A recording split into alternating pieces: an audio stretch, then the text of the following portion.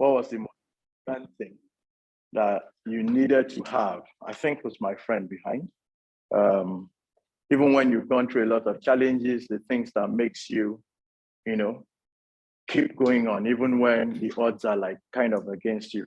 I'd like to ask today, what do you think is the single most important thing to your business? One thing, if you just had to choose one, what would it be? I'll start from you, sir. One thing. Believe in the business. Good. One thing. Just create solutions. Your business must create solutions. Self-discipline. So we have, I wish my board were here. Believe, solution creation, self-discipline. How about you, sir?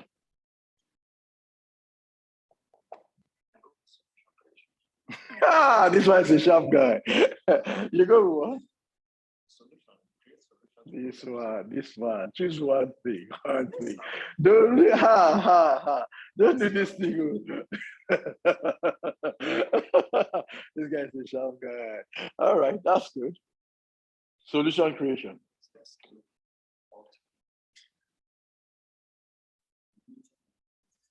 Meeting whose needs? Your needs, whose needs? Which need?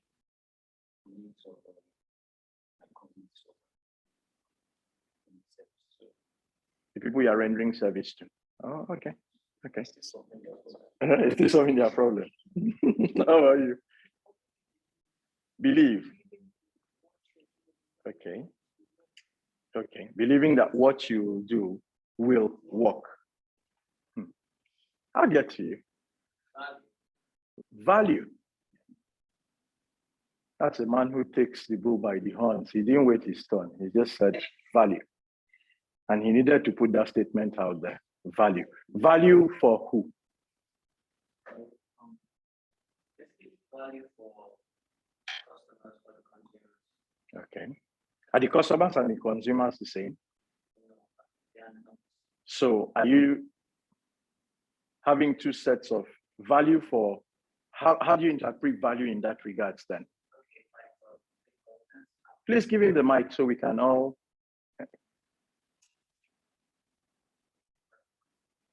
Recording in progress. Is he on? Yeah, great. For instance, a programmer and consumers and customers. Okay.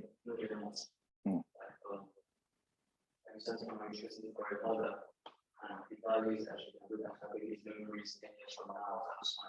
Okay. And the value of the organization, and then we want to have about the memory of when it's different consumers. So how do you create that kind of value in your business?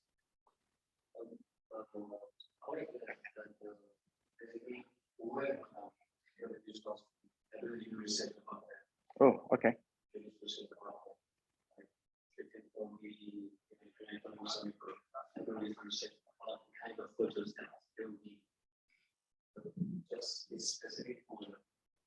So does your work tend to more towards corporate bodies, or do you do individuals? And if you do individuals, do you deal with working customers, or just most people are by referral and you have time to research them and all?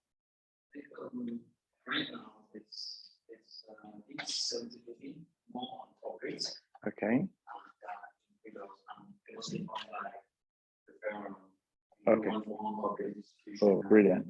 So I just want to get to the different seeing similar people. Well, you must be delivering value, because if people keep referring you, it means you are doing something quite right. Yeah. Okay, great. Why did we stop? One word. Passion. This word, passion. So if everything else fails, passion should drive you. What happens when passion doesn't feed you?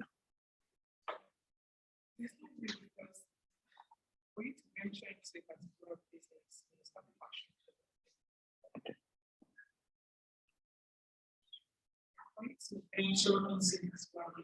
Yes. Your passion should bring you into So Okay. when you think of, oh, I'd like to David. sew my own dressing, I like this kind of design, I like this kind of style.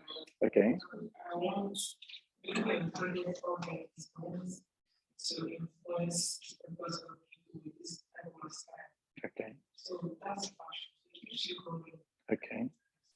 Yeah, the one I asked to come to class with one of your stuff today is what you're wearing yours. Ah. You really need to be your own ambassador, you see. You can't tell guys here that you're making clothes if you're not showing us what it is you're doing. Yeah? You must be. So you're not even showing the passion as I want you to show it. Passion should be coming out.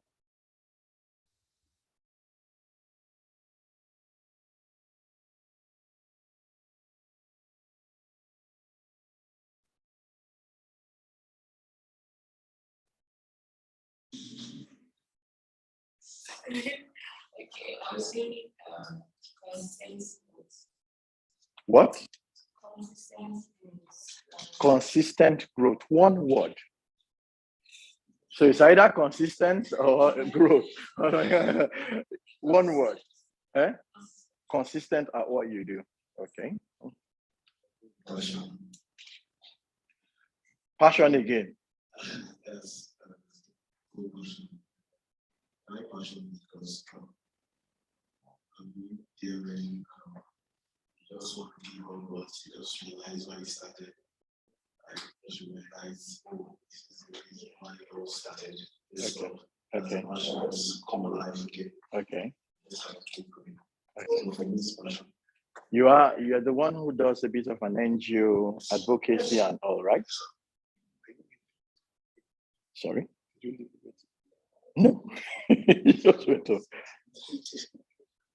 Okay. What's up, yourself? Yeah, because I need to have that. Yeah. Passion. Okay. So guys in this room, right? Some words are taken. We can't have them anymore. Yeah. Passion is gone. Problem solving is gone.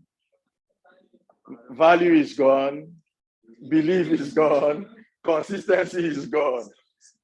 Self-discipline is gone. Oh yeah. Have you told you said passion?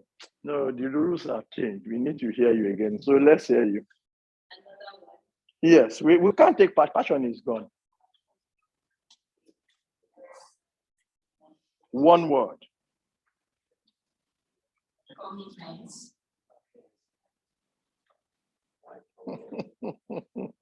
Commitment is good. Commitment is, I don't speak too much English. Commitment is really different from consistency, right? So we can take commitment. Okay, great. Slip through by the skin of your chin. Yep. I'll just say quality. Quality. Quality of service. Quality. One word. Quality. All right, great.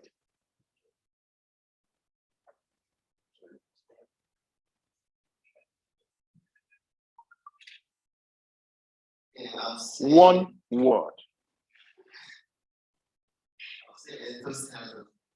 Enthusiasm. Passion. Look, do you go to the same school with this guy? You go to the same school with him. I need to know. I need to know. Enthusiasm. So what happens to your business on the day you're not enthusiastic? What happens when everything is crashing all around you?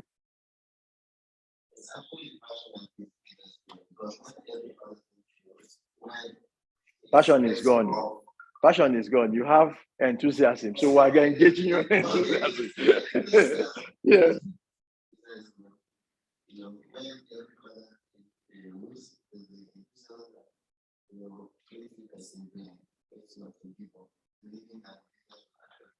So in your business, right? And I agree with him completely. There will be a time when passion doesn't work, but you'll need something that's called, or what we call creative confidence, yeah? Where you just believe that what you are doing will work. You understand? Where no matter what anybody else thinks, you believe that it will work.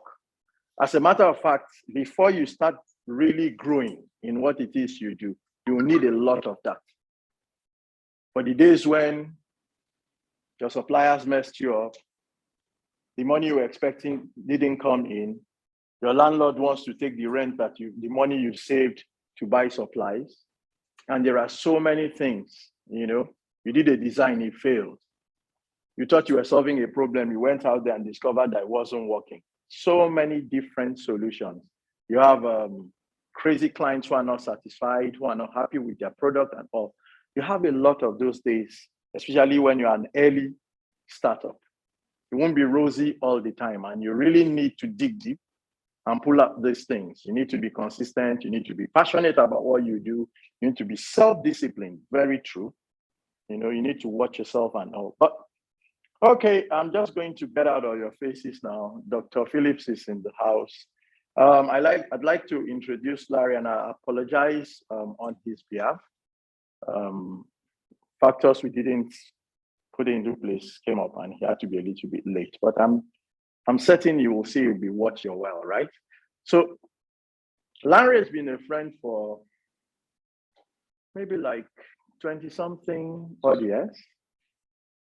But when we're in public, our difference is very obvious.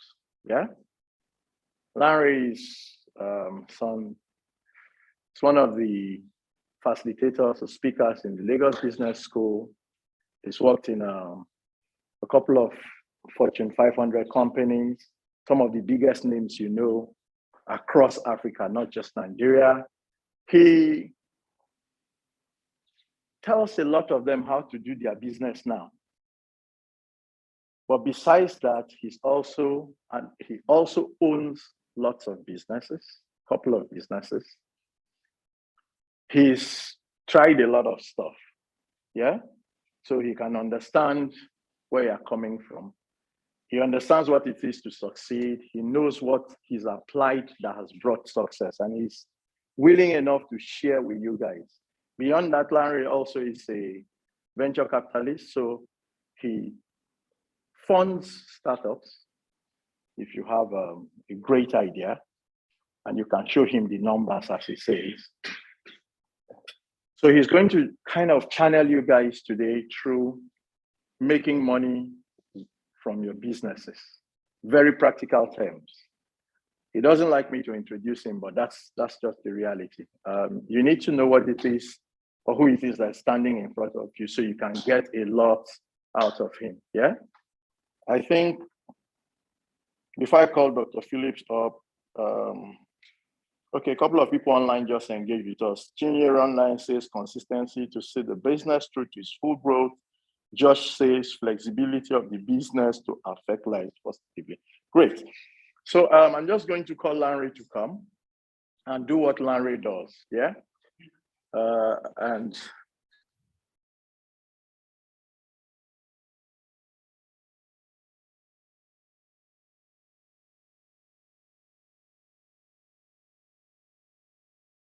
apologize. This is not my style to come late at all. Okay, and if you want to hear the details, I'd share. But if it's not necessary, if you forgive me, then we'll just start right away. Okay. And Philip, I thought we agreed that you are not going to introduce me anymore. When your friend introduces you like this, you start to feel funny, right? I was wondering, is it me, my guy is talking about like this? Okay. So let me introduce myself better. My name is Larry, and father of two and husband of one for now. Or husband of one and father of two for now. Okay, but we'll figure that out. And I think we've got just about an hour, 15 minutes, right? Okay. Just because of the guys. Okay. Okay. And one of the things that I decided to do this morning was just to pour myself out completely. So within the 1 hour, 15 minutes that we have, please try and drain me. I don't want to go away with anything that I've brought here. And you'd understand what I'm trying to do very, very shortly. So let's start right away.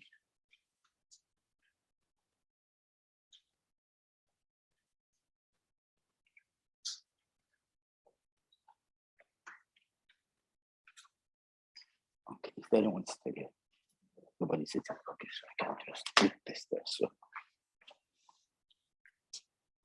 okay, so let me just issue the disclaimers as we start. So my name is Larry Ame. My interaction with businesses started 16 years ago, somewhere in the small city of Jos. So in the city of Jos 16 years ago, what I did was train. And from my name, you can tell that I'm Yoruba. They say Yoruba people do like school, right? So I went back to school, 2 master's degree and a PhD later, and the model changed a bit, and I started to teach. So I'll come to sessions like this and used to love to use slides there. Use big, powerful slides, tell you about theories, tell you about principles, make some daunting statements. And I used to feel very cool about myself. Okay. The only thing I didn't do was to sell handouts. I wish I did. Maybe I would have hammered by now. But fast forward several years later, and I'm on the faculty of several business schools, like Philip introduced. Fast forward several years later, and then in a session in Lagos Business School, I had said something. I love to make daunting statements. Okay. The last session we had, one of the things that I promised them was that after this session, you won't sleep well tonight. And I want to make the same promise well. I'll mess up with your mind a bit, okay, because it's not what it seems. So, okay, I've lost my chain of thought again. This always happens in this session, Lagos Business School. Okay. I apologize. This happens when I have too many things to share. So Lagos Business School, and the woman raised up her hand and said, Dr. Larry, this thing you said doesn't exactly look like it's true. I'm like, yes, they have caught me today. Okay. But that wasn't the issue. It wasn't like I lied. It wasn't like I said something that wasn't true. But she took it out of context. Why am I sharing this story with you? I'm sharing this story with you because since that day, 6 years ago, 2016, I've stopped training. I've stopped teaching, and everything that I've done since 2016 is just have conversations around topical issues. And it's very quiet, and people look too serious. I thought you were creatives. People look too uptight. Listen. We're not going to talk about 4 P's of making money. I'm not going to come and tell you 4 Q's of. I didn't even come with any slides. So let's just vibe, right? Who 4-figure table help? Exactly. So we're not going to go through. But my job this morning is just to destroy some of those myths that you've heard, okay, so that you will come to real terms with how to make money. Okay, so and I'm just going to use personal stories. So, and I'm saying this so that you don't get carried away with all of those hilarious stories, that you don't pick what you're supposed to pick from them, right? I will not pause and tell you, I'm about to tell you something about cost. No, that's old school. We're just going to vibe for an hour, and I hope that you're smart enough to pick the things that you need. But like I said, if I don't do anything else, I will mess up your mind and you won't sleep well tonight. The second thing that will happen is, after today, if you find me anywhere around Hussein, anywhere at all, you buy me lunch. That will happen. I know it started happening already, by the way. And if you find me at the airport, you will pay for my ticket. That would happen as well. Okay. So no slides, no theories, no principles. We're just vibing. But I promise, in fact, I swear that you would get value. Okay. The next thing I want to ask is, and very quickly too, I need just 3 expectations from anybody randomly. And today I came with money, so if anybody doesn't want to talk, I'll entice you. It's still quiet. Should I start to bring it out to that?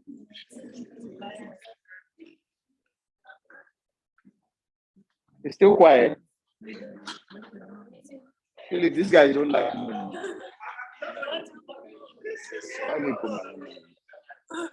Okay, go ahead. So why did you wait for me to put my money back before volunteering? Who's speaking? Nobody. Should I entice? Okay.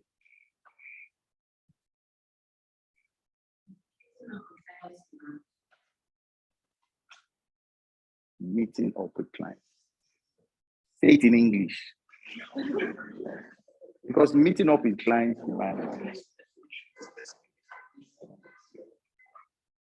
Go ahead. I want to be so big.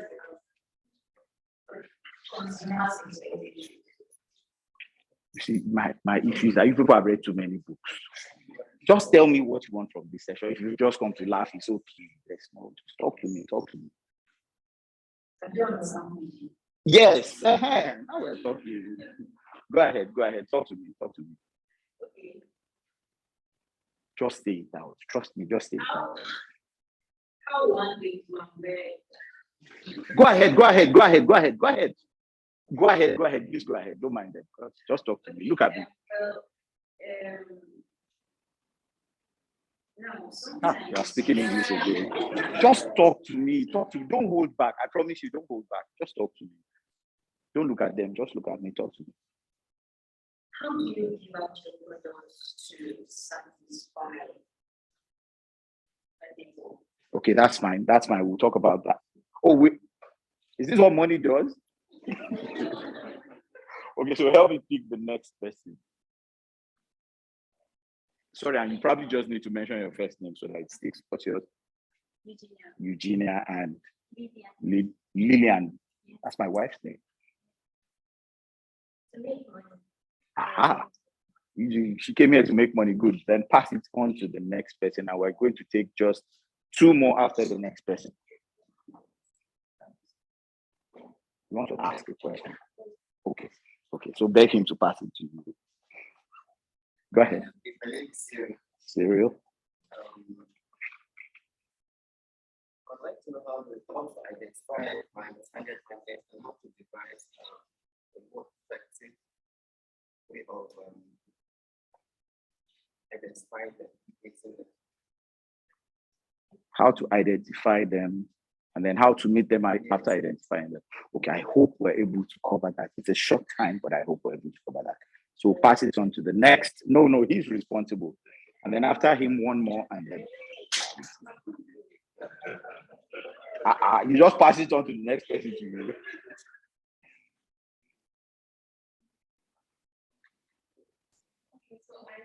Your name very quickly. Your name first. Meme. I want to learn how to make sales, honestly, okay, good. Okay, so then you just give one more person so that we can move very quickly because of the guys. No, it's not me. It's them that not passing the house. It's not me. It's not me.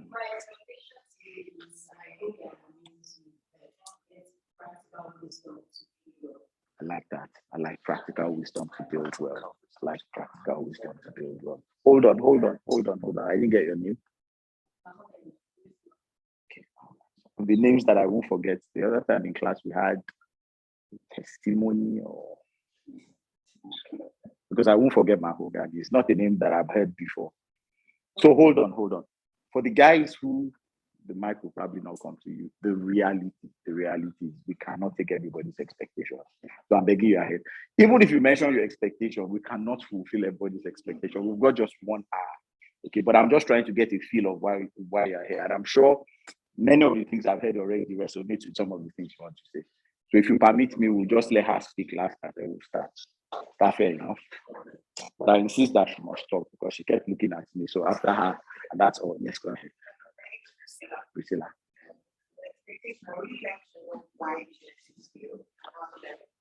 Perfect. So I think I can actually move the mic now to her and then we can shut it at this point. Just one more because she kept insisting that My name is Jessica. My expectation today, I would like to know the right way to actually nurture the business. Absolutely. And make it succeed. Because I feel like, I was speaking for myself, I feel like I have like a couple of business ideas, but I don't feel if I don't do it around it's not the right way. Definitely it might fail or it wouldn't be so successful. So I always like really know the basic how to conceive the idea and nurture it. Okay. Good. So what I hear is that online. Yeah, online. So we have just trying to learn about financial management increase in sales, especially in financial. Just in financial management, no. Increase in sales we would mention because we really do not have enough time, and I don't want to keep you waiting. That's all. That's all. So let's keep, and I'm just going to categorize everything into 3 major points that I think will take care of most of it. Maybe we'll even talk a bit about financial management. I'm not very sure. So one of the things that I want to do, the first thing I want to do is I want to talk about, you don't need to write down, promise me. I promise you. I don't even know which one now. I'm rushing and I hate to rush, and there's so much that I want to just empty. So first thing that I'm going to teach you is how to pitch. And I'm going to teach you from a different perspective now, right?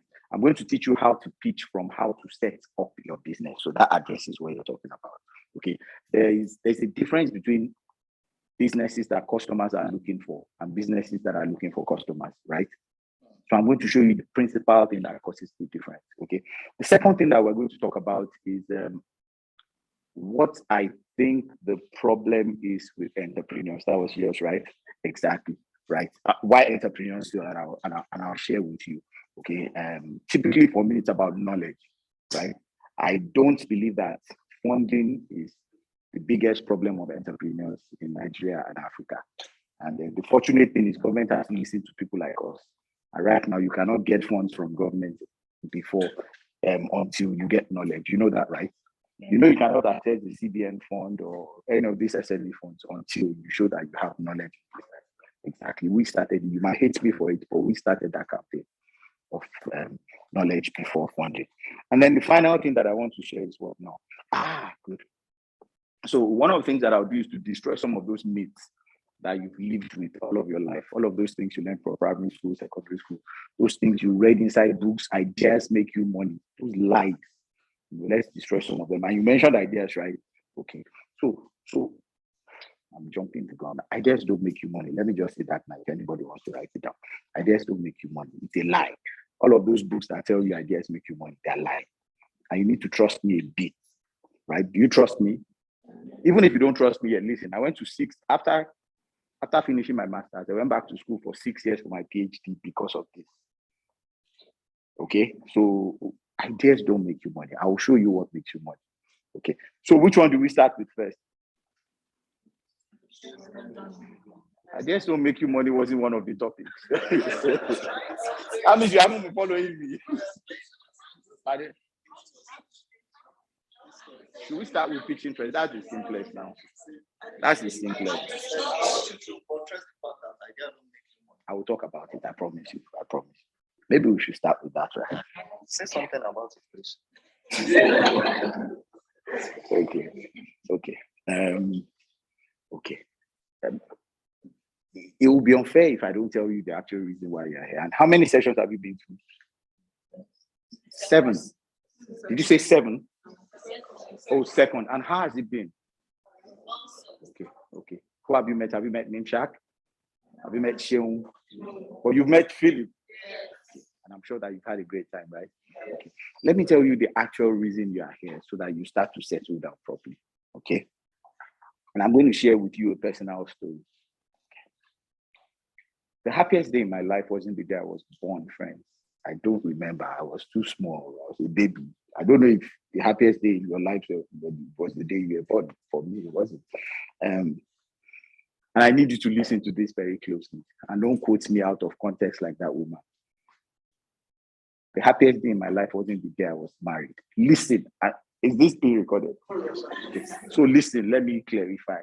I didn't say I wasn't happy the day I was married. I'm a very, very, very, he knows my wife, very happily married man, very fun, probably one of the happiest homes in the world, you know, but it wasn't the happiest day in my life. Does that explain it? Women here don't like me. I say this in front of my wife. It's not, it was one of the happiest days in my life, but it wasn't the happiest day in my life. The happiest day in my life was the day in the year 1983. Right? Daddy had gone out in the morning and daddy came back home with a brand new car. I'm the first of 5 boys. We grew up on Ogunlano Drive, somewhere in an area called, you guys know it? Okay. So we're all Mala people. That's what they call us that come from Okra. So grew up in Surulere, you know. And Daddy had gone out in the morning. He used to work with one company called Inca. They were responsible for Fiat vehicles. So every vehicle that I knew growing up was Fiat. But Daddy went out with Fiat in the morning. When he was coming back home, came back with a brand new car. The exterior was brown color. The interior was brown fabric. Talking about a car called Peugeot 504 SR. The gear was not by the side of the steering. The gear was in the middle. It had clutch, it had brake, it had accelerator. When Daddy is warming the car in the morning, if you go to the back of the car, water will be coming out of the exhaust. If you rev the car, the car will go, okay, okay. It was the most beautiful car I've seen in my life. It took us 1 week to remove all the nylon on the car. Daddy will go to work in the morning, come back on the Monday, we'll remove nylon for 1 week, go, come back, you know. Before we wake up, I'm the first of 5 boys, no girls. So ideally, who should be washing Daddy's car? Exactly, you know. But before we wake up in the morning, the boys in the neighborhood have washed the car. I couldn't play football. After school, where the football field is, they will not just only wait for me to arrive. They will make me captain before I get there. I couldn't play football. People will bring, and I'm not sure if you know some of these things, dandy. If you guys don't know it, Philip knows it. Cabin biscuits, Choco Milo, Tree Top. They will bring all these things to me just because of my father's car. I became the biggest boy in Surulere. Everybody wanted to become my friend. All the small girls just wanted to just hang around. And I enjoyed all of this privilege. Okay, I didn't tell you. Did I tell you the plate number? It was LA315BD. He didn't have cartridge player. I had cassette player. He had 4 headrests. He had what the Hausa people call tapping window. Correct car. The smell. You guys don't understand.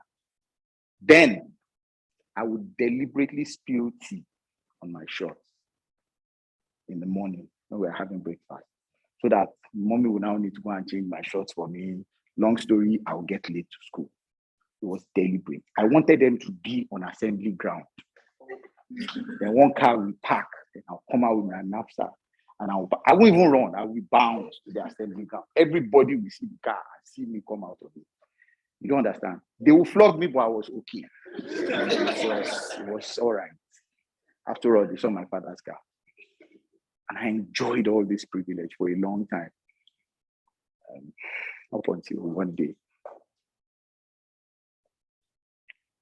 Very sad day. Very, very painful day. The man was staying 2 streets away from us.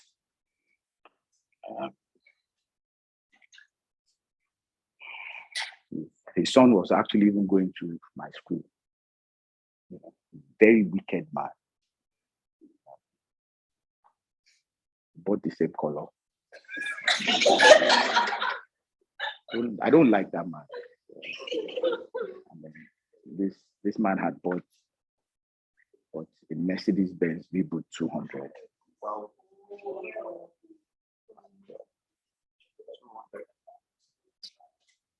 And I'm sure you know the rest of the story. It's a wicked world out there, friends. Anyway, so my question is this, and I don't want you to get overly carried away with this story. My question is, and I don't like that man, by the way, and I'm sure you know what it means. Since the man bought V-Boot now, I don't understand. He said I went on relegation. That's harsh. So you said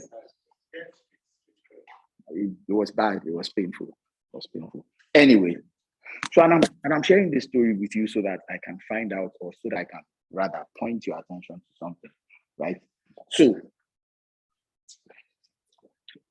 in terms of, okay, and let me ask, like, who are the people that love cars here? Anybody? You love cars? 1, who else? And 2, and 3. If I give you a blank check, what car would you buy today?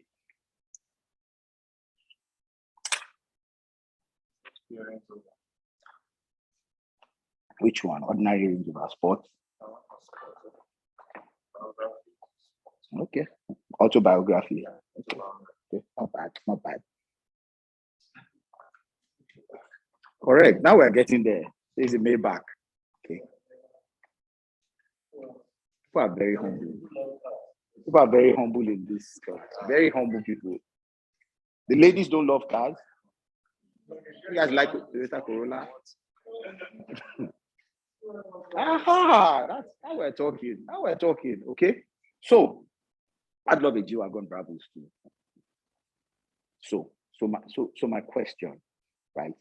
In terms of core functionality, listen, core functionality. Is there a difference between my father's car, LA315BD, brown interior, brown exterior, K-step player, 4 headrest, tapping window, and your G-Wagon Brabus in terms of core functionality? Who thinks there's a difference in terms of core functionality? So there's no difference, we agree. You don't need to agree. It's a problem if we all agree. We're not learning. Who thinks there's a difference in terms of core functionality? Okay, so you're right, because there's no difference in terms of core functionality. A car is a car. The car is meant to move you from point A to point B. Okay, so even if you put my father's, I don't like the word even, if you put my father's 504 SR and you put your Brabus side by side, and they drive from Abuja to Kaduna. No, we're not going to Kaduna. We go to Jos at the same 100 kilometers per hour. We'll get there at the same time. That's the reality.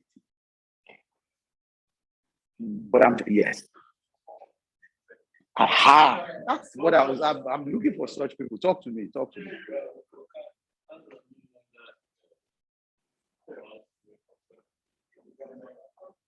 Cars are no longer. It's about core functionality. No, let him talk, please. I agree.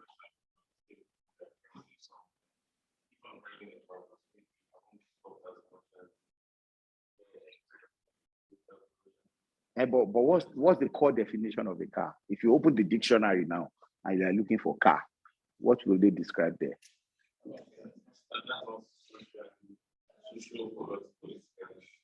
Correct.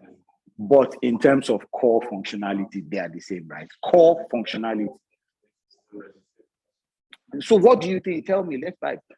Yeah. Talk to me.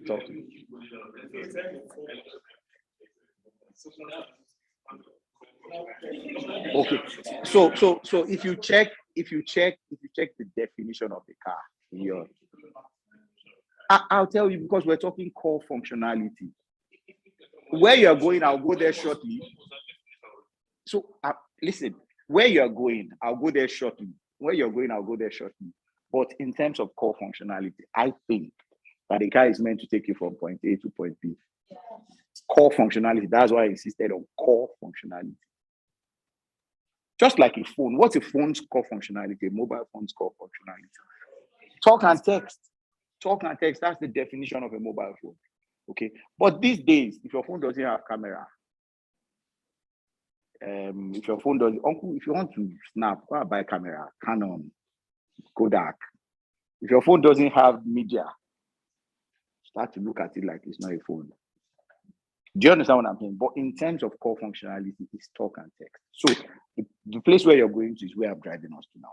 So I'm sure that inside this room, there will be people that will love my father's car, right? It's getting very quiet. I'm worried. LA315BD, 4 headrest, brand new, yes. You'd love it. Okay. Which ones you wouldn't mind? Tell us whether you love it or not. Why are you trying to be political? Yeah, it's finer than the Brabus, isn't it? Did you just say no? Which one is classic? That's my father's car you're talking about. Okay, so if we agree that in terms of core functionality, they are the same, that means if I bring my father's car, you guys will be okay with it. If I give you instead of the Brabus. But they do the same thing. Why is it getting very quiet?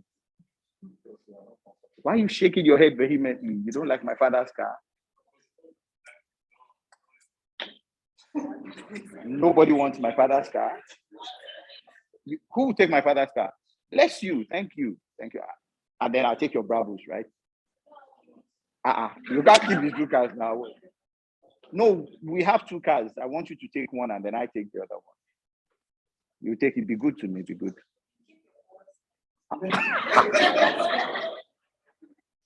But I thought you said you would take it just now.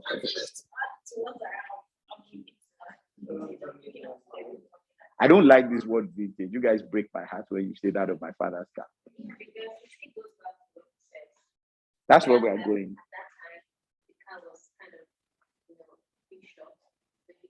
That time wasn't a long time ago. That time was probably like 30 years ago. Not so long.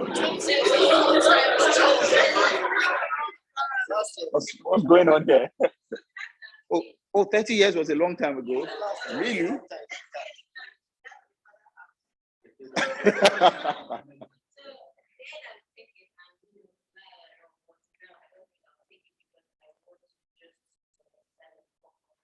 Okay. Stop using that phrase vintage. It hurts me very badly. I don't understand. It's okay. Off your mind. Relevant back then. It's my father's car we're talking about here. Okay, so nobody will take my father's car. No, you won't. I know you won't. You'll come and give us an excuse why you won't very shortly. Anyway, let's move forward. Okay. So if you won't take my father's car, that means something has changed, right? Yeah, that's why you don't want it. That's why you'd rather the Bravos, right? So what has changed? Talk to me. What has changed? Don't whisper, say, pardon? The style and fashion, yes. Who says standard? Good. My father's car doesn't deliver, but the Bravos delivers. Innovation, comfort, yeah. Quality of delivery, value, yeah. The interest of the consumer.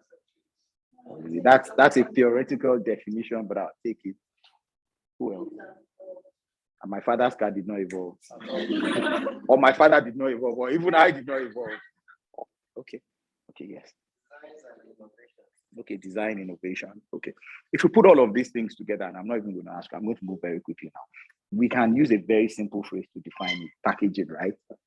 Yeah, the packaging has changed. The whole total concept around a car. Because in Bravos, I don't know if you guys have driven one before.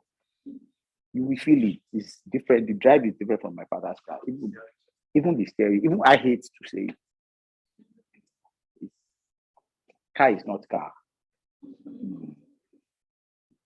Right? So, having said this, I think one of the reasons you've come here, really, right, is to repackage. That's all we're trying to do. Okay. Just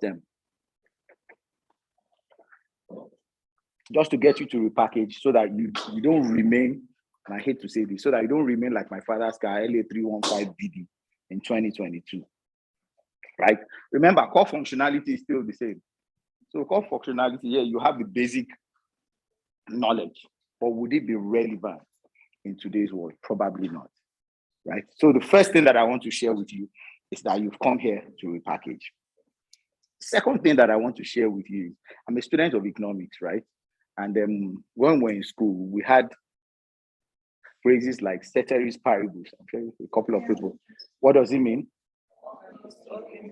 The last 2 years have taught me that ceteris is not paribus. Co-possible is not. Qui sera is not even sera. It is what it is. It is not what it is. I promise you. Right? So many things have happened differently to make us realize that those things that we learned before now are not necessarily relevant for today. My mom was a teacher when I was growing up. If you check my back, there are cane marks there. She whipped me simply for not knowing how to use the four-figure table. At a very early age, I didn't understand the meaning of sine and cosine and tangent and how that one would make me money. And she's 72, now if I want to tease her, I just tell her, so mommy, who four-figure table? You just beat me for nothing because 4-figure table is exactly not doing anything to me right now. Okay, so you've come here to repackage, and it's exceedingly important that you remember as you keep gisting that you've come here to repackage, right? Have we started talking about money making already? I hope you know that we have started talking about money making already. I hope you know. It's quiet. Philip, can we have the last set of people come back here? It's getting too quiet here. Please observe it very well. I'm not feeling that fire yet. Okay.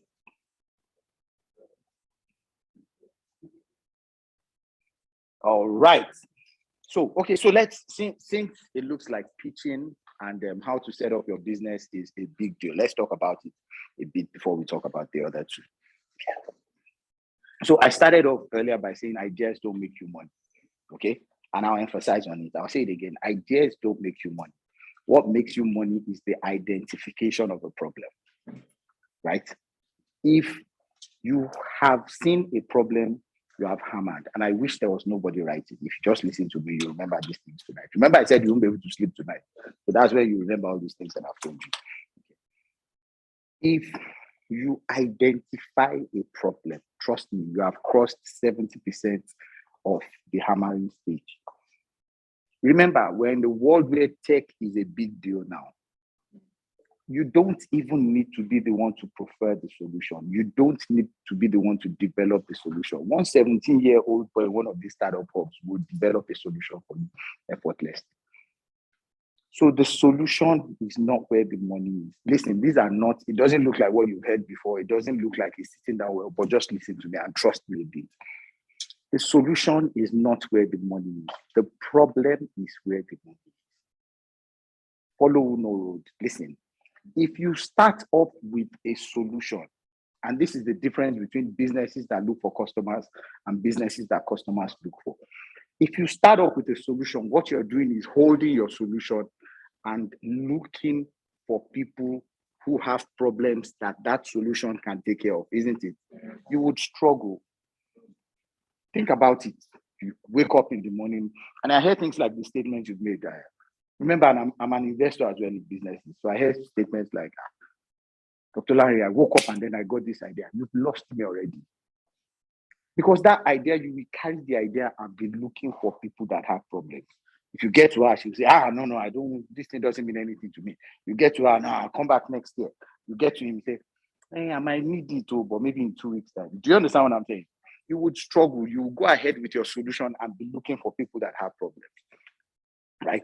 And you will get discouraged. It's a very, very turbulent war to start off with a solution. However,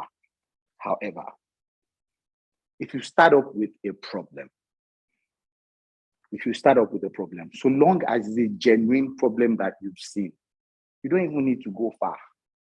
In your immediate community, in Wuse 2, in Abuja, in Nigeria, so long as this is a genuine problem, right? The second step is probably to find the solution, but that's not. We've started talking about pitching already, by the way. There are just 5 steps that I want to talk about. So the first one is identify a problem. For me, that is the most important. Okay. The second one is find a solution. I don't care if you are the one that finds the solution or one small boy. And even if you don't have a solution, if you have identified a problem and you don't know what else to do, I will drop my number, I'll drop my email. Send me an email or call me. Okay. The third thing that we'll consider is the market size. Okay. So if you've identified a problem, the number of people that have that problem needs to be large enough. Friends, I'm not a theorist. If it's not large enough, you will die of hunger. If it's not large enough, you will just make urgent 2K. If it's not large enough, you will not make enough money to justify all of the things that you've gone through. I've seen developers call me and say, Dr. Larry, in the last 8 weeks, I've been working on this app. Now the app is out. This is what the app is meant to do. The first question I ask them is, who sent you? Because really, nobody sent you.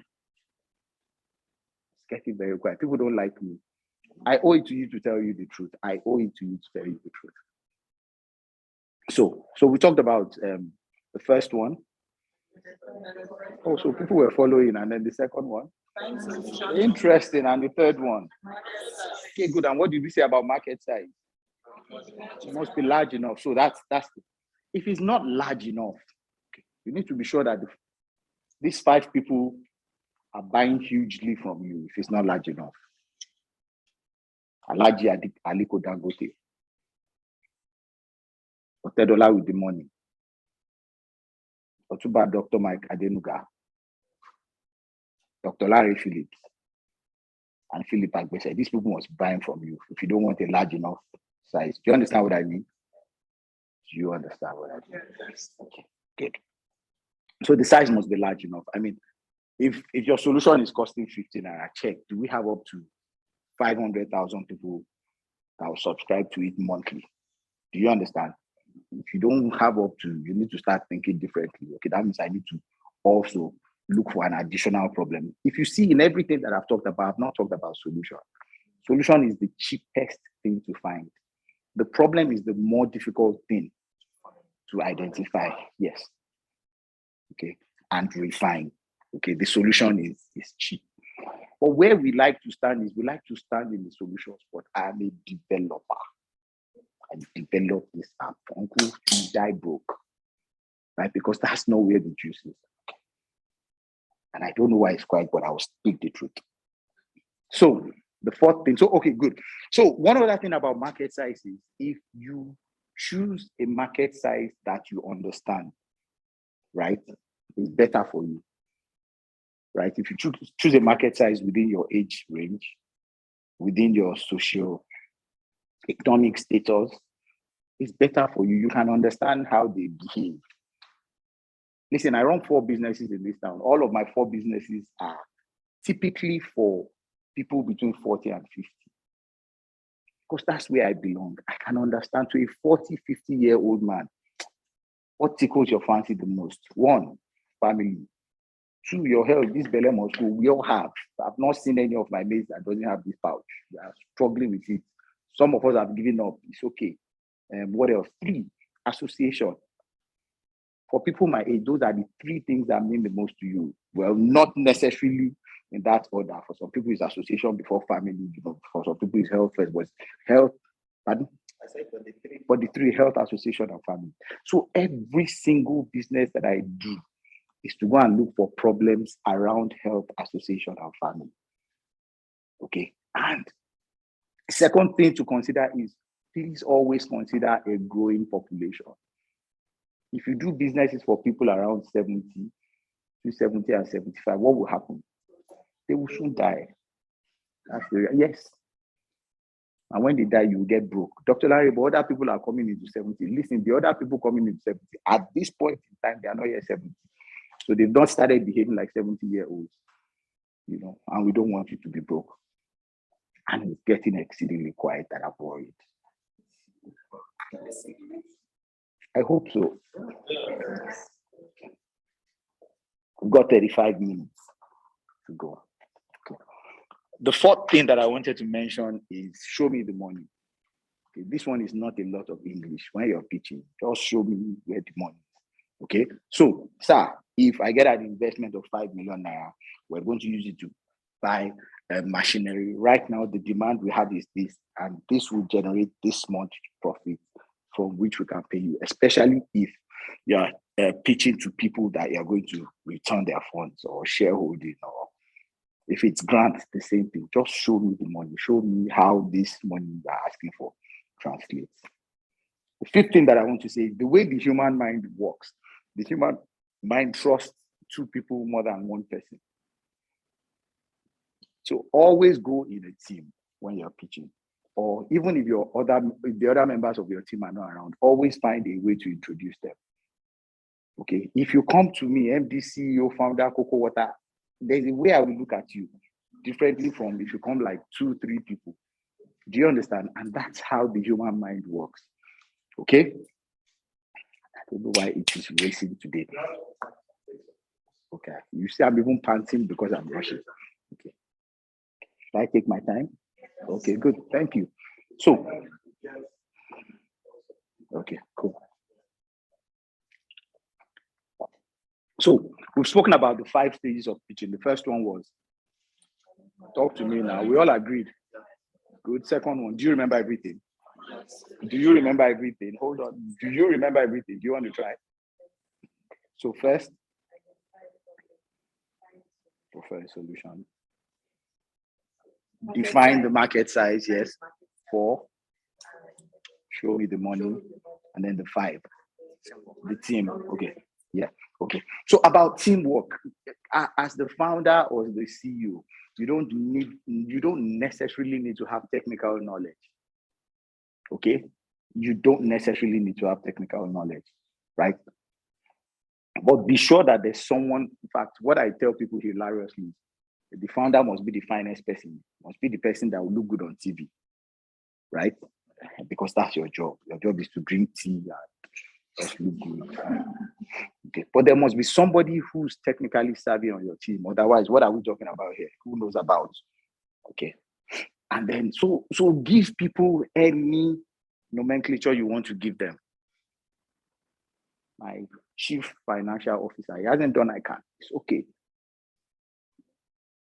Chief sales officer has 1 year experience of sales. It's okay. It's just nomenclature. Listen, one of the business that I produced bottled water, and I remember I just took this same knowledge and I applied it on my business.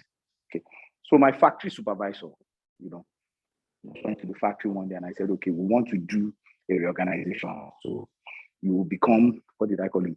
The general manager operations. His factory supervisor is the one that carries the bottle when they are putting it into the, you become the general manager operations, and I gave all of them nomenclature. After 2 weeks, I just saw my guy appear. He was wearing suit. Oh yes. Although he took it off to work, but at least, do you understand? Because that's how the human mind works. That's how the human mind works. If you call somebody a GM, he will start to behave like a GM after a while. We won't tell his wife, at work now, they've called me GM. He might still be doing the same function of sweeping, but he's now GM. In my restaurant, we don't call people waiters. They are customer service officers. Okay, so when the customer has a problem, the way they will even talk to you when you call them customer service officers, they will introduce themselves properly. But if you call somebody a waiter, the person will wait on you. You understand? Exactly. So we're done with teaching. Right? And let me save the best for last. So we're done with teaching. It's a little about knowledge because that is very, very, very paramount to me. Okay, and I'll tell you why it is paramount. A lot of times I've heard people across Africa, make statements like the only problem with startups, the only problem with business in Africa is money. It's a line on the pit of hell. Funding is not a critical problem with businesses in Africa. The critical problem with business in Africa is knowledge. And even if you don't like me, I will say, because I have, in the places where I've had influence, I've stopped funding of some startups. I've stopped funding of some businesses because it's critical to ensure that, listen, if you give a full 100 million naira, he will come back next year and ask for more. Okay. So people agree with me. Nice. Okay, this is not what I got from the last class. Good. So knowledge before funding, right? So has anybody heard about the 3Ks before? 3Ks. Anybody? Nobody has heard about 3Ks? I'm surprised you guys have not heard about 3Ks. Okay. Interesting. Okay. 3Ks. Have you heard about any 3Ks? The principle, 3Ks. Interesting. People are good people because there are no 3Ks. I was hoping that somebody would have heard about 3Ks. They will have had to explain to me where you heard about your own 3Ks. Yeah. So there are no 3Ks. They are just things that I have done and they are not yet published, right? So they are my 3Ks right now. And I'm glad that none of you said you had heard about 3Ks because I would have been worried. Okay. So thank you for being truthful. So, pardon? Make it more written than yours. Yes, they are my 3Ks. They are my 3Ks. So the first K is knowledge of your environment. Okay. And we're dealing with the things you talked about now. We're dealing with the things you talked about, why businesses fail. Okay. So the first K is knowledge of your environment. Friends, if you've noticed, and I hope a lot of you stay in Abuja, right? Okay. If you've noticed, there's a way Abuja behaves this period, between the 25th of a month till the 3rd of the next month. Have you noticed? Pardon? Oh, really? Okay, so Abuja spends this period. Have you noticed? Even the drivers on the road are calmer. They don't do waka, God punish you. A lot of people don't do it this period. What do you think is happening? Pardon? Money, what else? Salaries are being paid. Listen, if you go to most restaurants now, they sell effortlessly. People that used to buy 2K food before have started buying 5K food. This is the time you see selfies the most. Girls' night out. Boys hang out. We're outside. Thank you. Salaries are being paid. Okay? It's not, last week you wouldn't see plenty were outside. Because people were looking forward to this week. Right? So there's a way Abuja behaves, and by extension, most parts of Nigeria, between the 25th till the 3rd. You know, after the 3rd, the salary is also budgeted because they've gone outside. And I'm speaking seriously, and I need you to pay a little more attention. If so naturally there are businesses that you do.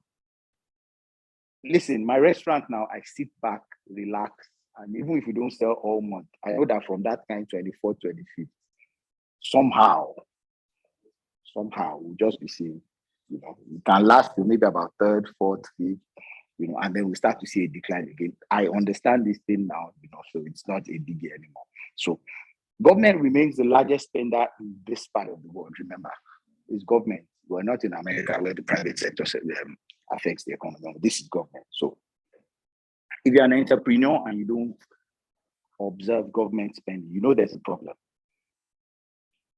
That's quiet. We're talking money here. Okay, so I need to ask somebody genuinely now, why is it this quiet? Is it me? Am I the problem? You just don't like me? I hope so. You don't have to agree with me completely, but I hope that.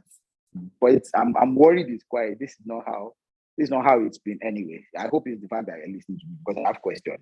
Okay. So if government is the largest spender, you've got to understand how government plans to spend, isn't it? Okay. There's a document called the National Economic Recovery Growth Plan. It's a very boring document. Don't read it. Don't read it. Or just look at it and just flip through, or just check it out online. Just scroll through. Don't read it. You'll slip off if you want to read it. Just scroll. Just understand what government. Don't read it. No, what I want from you, just understand where government plans to spend money over the next 2-3 years. Right? Also understand that this is the election year, you know, right? It's not next year. This is the true election year. It's this year, gone. Next year is we're just going to the polls, but this is the election year. And like I shared in the last class, if you're a true creative and you don't make money this year, we need to check you. We need to check you. Because this is the year that all of the business is coming your way. It's a year when people want to be heard, right? It's a year when people want to be seen. And there's so many of them. Do you know how many people in this country right now plan to contest for elective positions? Do you know? It will scare you. It would scare you. Over 700 people right now plan to contest for elective positions. Did I say 700? 700,000 right now. More are still coming. So people are looking at chairman, House of Rep, every kind of position possible. Friends, think about these things I'm saying. We're still talking about the environment, right? The war is not war anymore, it's slap now. The slap that Russia is doing to Ukraine. Okay, do you realize that it affects your businesses? Do you realize that it affects wholesale market? Think about it. It does. It does. Okay. So I won't go back to it. First case, what? Understand your environment. It's critical that you understand your environment. Okay. The second key is knowledge of your customer.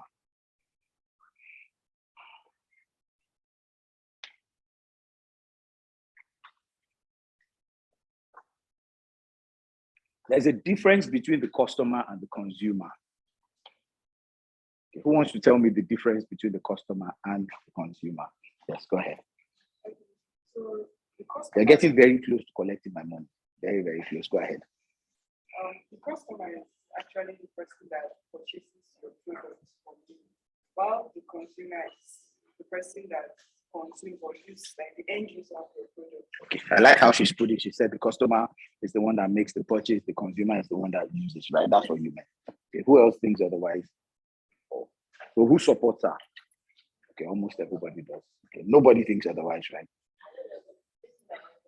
Just say your own. We want to hear your own. I think the customer is one that purchases products maybe at a period of time, but consumer is a current user of a particular product, so it gives you a larger opportunity to sell your product at a larger scale. But consumer is only that one time. I just need that like someone who's committed.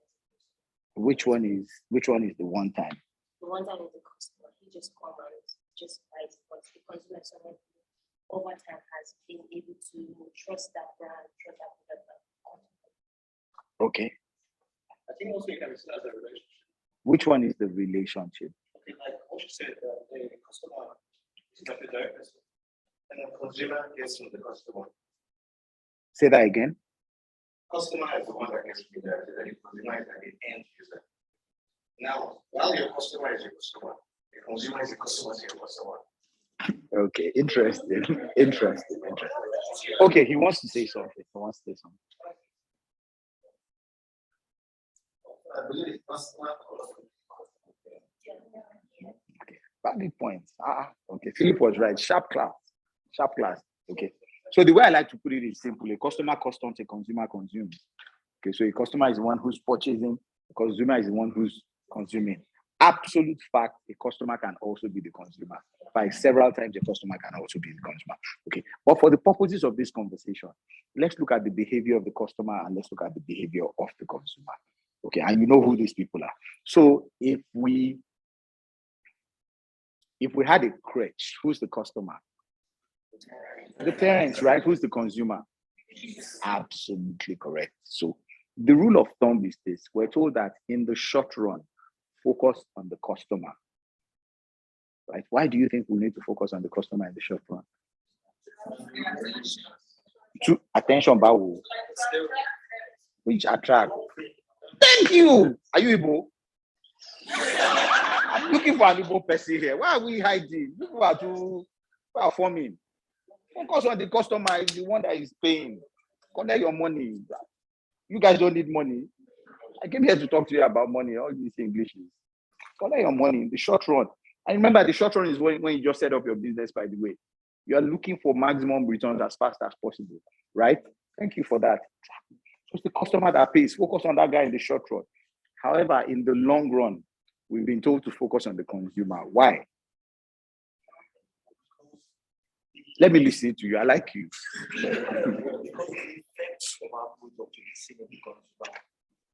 For instance, if you are producing the food and the customer is going to buy the food, and the effect or the frequency of the food is being the baby. So on the long run, you want to keep buying the food because the result is being the baby. Yes, somewhat, yes. But I came here to tell you about how to make money, not how to see result on baby. As we'll leave that one for the NGOs. The result on the baby makes more sales point. Okay, yes.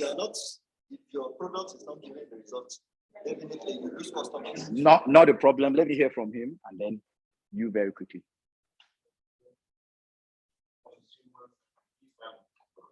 The what? When you say give value, what do you mean? Okay, there's a way I want you to state it. You make sense, but there's a way I want it. You're putting the cart before the horse.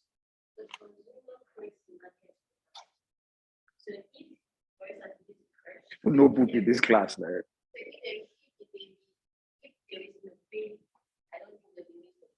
Exactly. Absolutely. So, yes, just him and then you, and then let's take this a notch higher. The consumer validates the product. That's a lot of English. Say that can't break it. Okay. I understand it's just a lot of English. So final comments and then let's.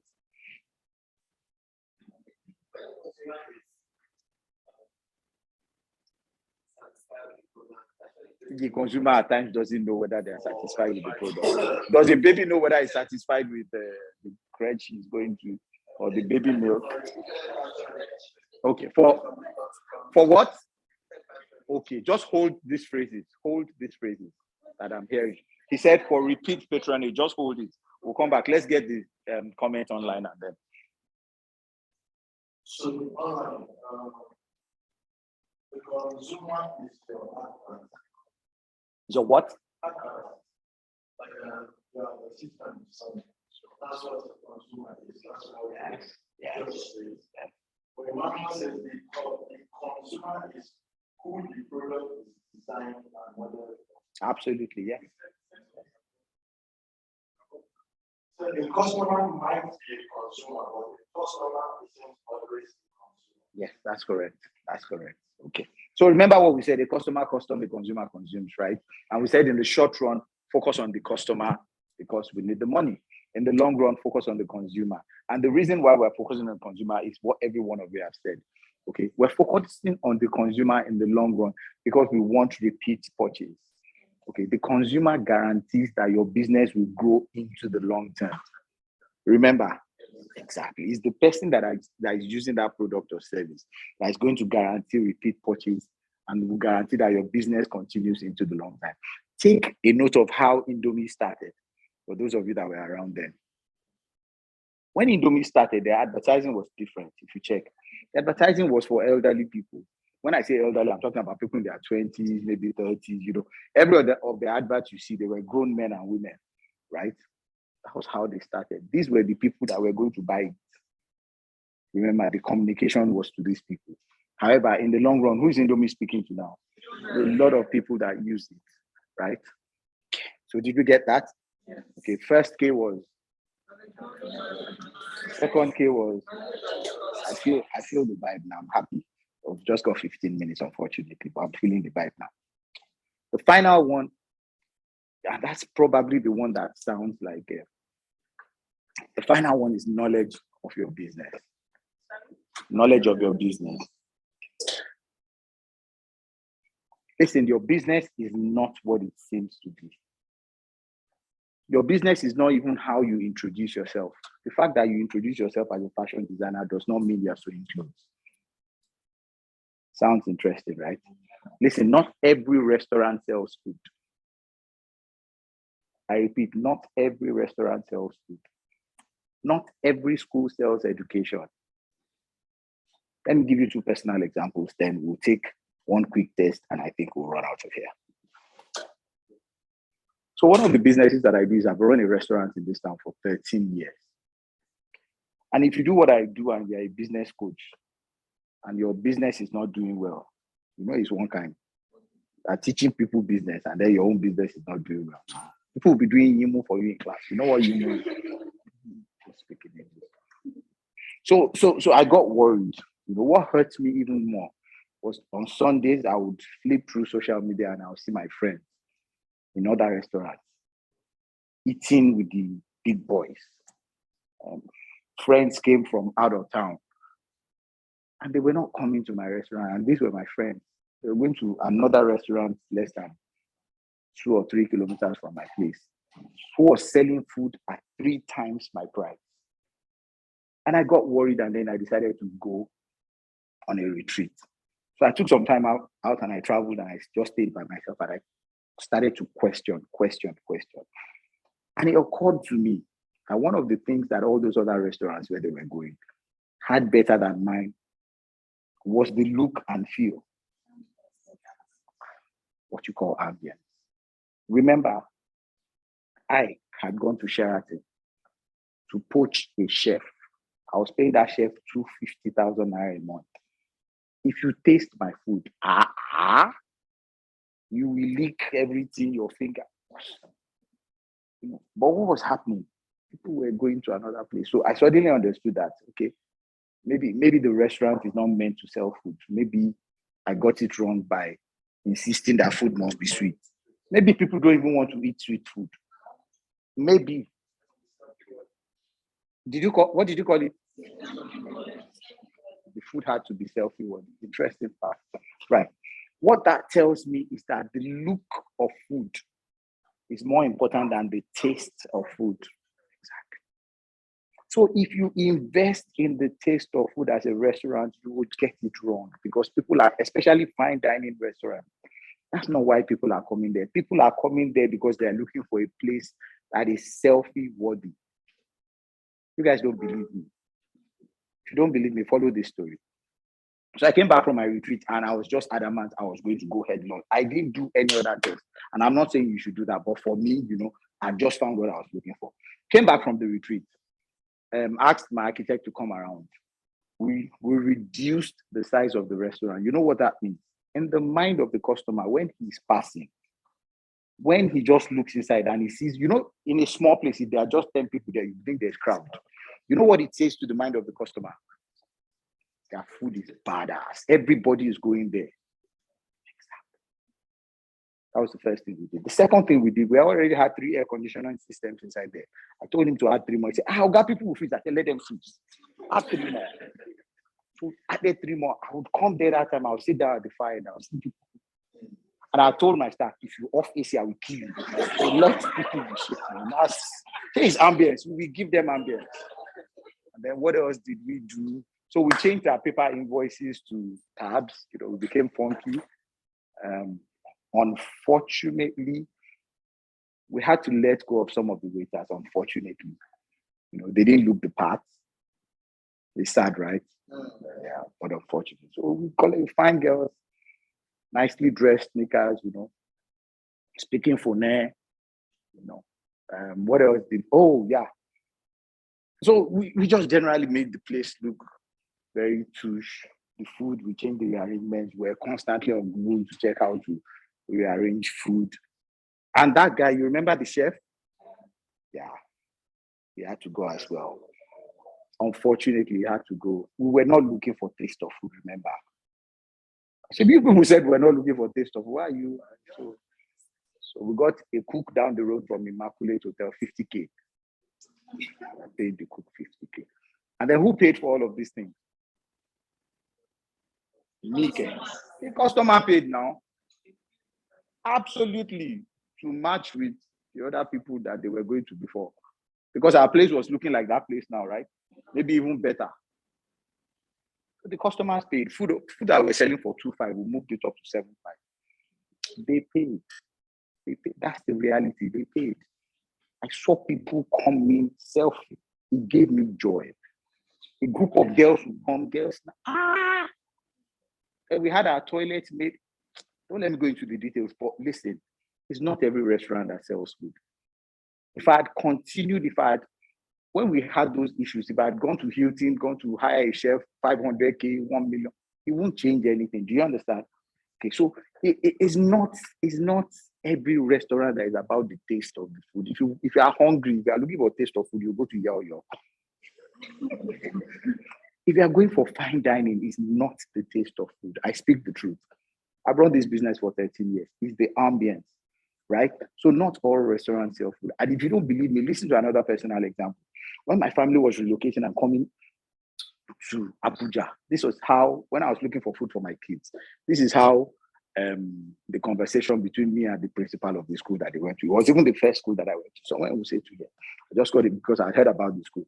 So I got to the school and I was like, Principal, good morning, Papa. Good morning, Zaba. Sir, I'm looking for good kids for my schools for my kids, and they asked me for the classes that they were, and I told them. I said, Principal, are you using Blackboard or are you using digital board? Our principal laughed. He said, since 2 years ago, we've stopped using Blackboard. We've been using digital board for 2 years. I said, okay, that's cool. Principal, can you show me the playground? I want to see where my daughter will be playing. Principal takes me to the playground. I look, nice lush green. Principal, what about staff bus? I mean, school bus. Do you have school bus? We have school buses. Takes me outside. I see the nicely, air conditioning. Even driver was wearing tie. I say, correct. Principal, what of sick bay? Principal takes me to the clinic. Nurse, fine girl, properly dressed, drugs everywhere. I said, correct. Principal, can I just peep into a class? Principal takes me through the back door to one of the classes. I peep inside. I see two Igbo children. I say, this is the school my children are going. This is the school. And that is the school my children went. Did you notice that all of the questions I asked, none had to do with education? I didn't go there and say, Principal, your teachers, did they come out with first class or second class? Principal, how many people get 8 A1s in your school? Did you notice? Everything that I asked, none had to do with education. So if you wanted to set up a school in highbrow Abuja, what would you be looking at? Would you be looking at getting all the first class students from Namdi? No, don't let me use any names here, but something, polytechnic, something, teacher education. Is that what you're going to be looking at?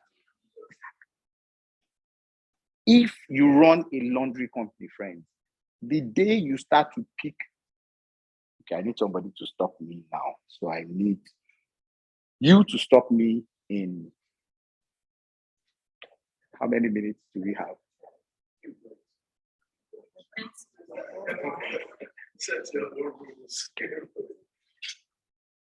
So in 7 minutes, stop me from this session, and then we'll just take one test, and I think we'll close.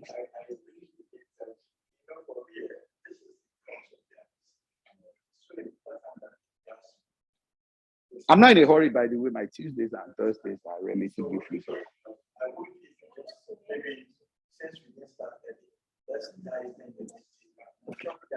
When you get tired of me, stop responding. I'll leave. Stop responding. Just look into my eyes and don't give me any facial expression. I would understand. Where's he? Okay, interesting. Let me stay with him. Let me see whether he will punch me or slap me or will smite me. Yes. So where did we stop?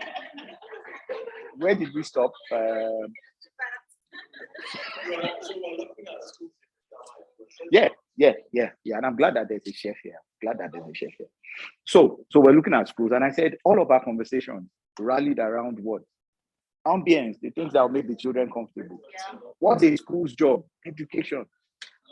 Okay, so I went on to laundry. Okay, I'll come and stand with you when we talk about food. So if you run a laundry and you start to pick clothes, you know what the laundries do now? They come to your house for comfort, they pick your clothes, they go wash it, and then they bring it back to you. You're no longer running a laundry. You're not. You've started to run a logistics company. You know about it. Because the reason is the customer of a laundry, you know what's called gator? You guys don't know gator. How do I describe gator, Philip? Gator. You know gator. The customers of a laundry, they are looking for razor sharp gator. They are looking for very cha-cha, right quality of starch, not too much, not too light, The customers of the logistics company, if you say you are bringing my clothes by 7 a.m., uncle, you better be there by 6:50. Do you understand? The same business, if I give 5 million naira to that business as a grant, and I say, I just love what you're doing, I give you 5 million naira. If the guy is assuming that he is a laundry, what would you use the 5 million naira for? More machines, more staff to be cleaning, steam iron and all that. If the guy knew that he was a logistics company, what would you use it for?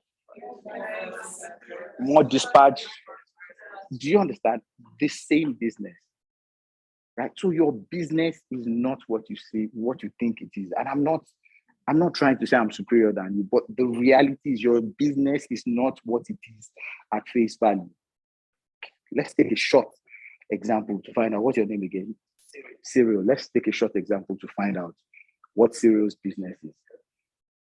Cyril, you need the microphone. Cyril, what business are you in? Okay, I'm a chef, so basically I consult hotels and then kitchen and event management. Hold on. Why? Well, first of all, I have passion for Why? Yes, I want to make money out of it. Why do you want to make money out of cooking? Friends, listen to our conversation. For sustainability.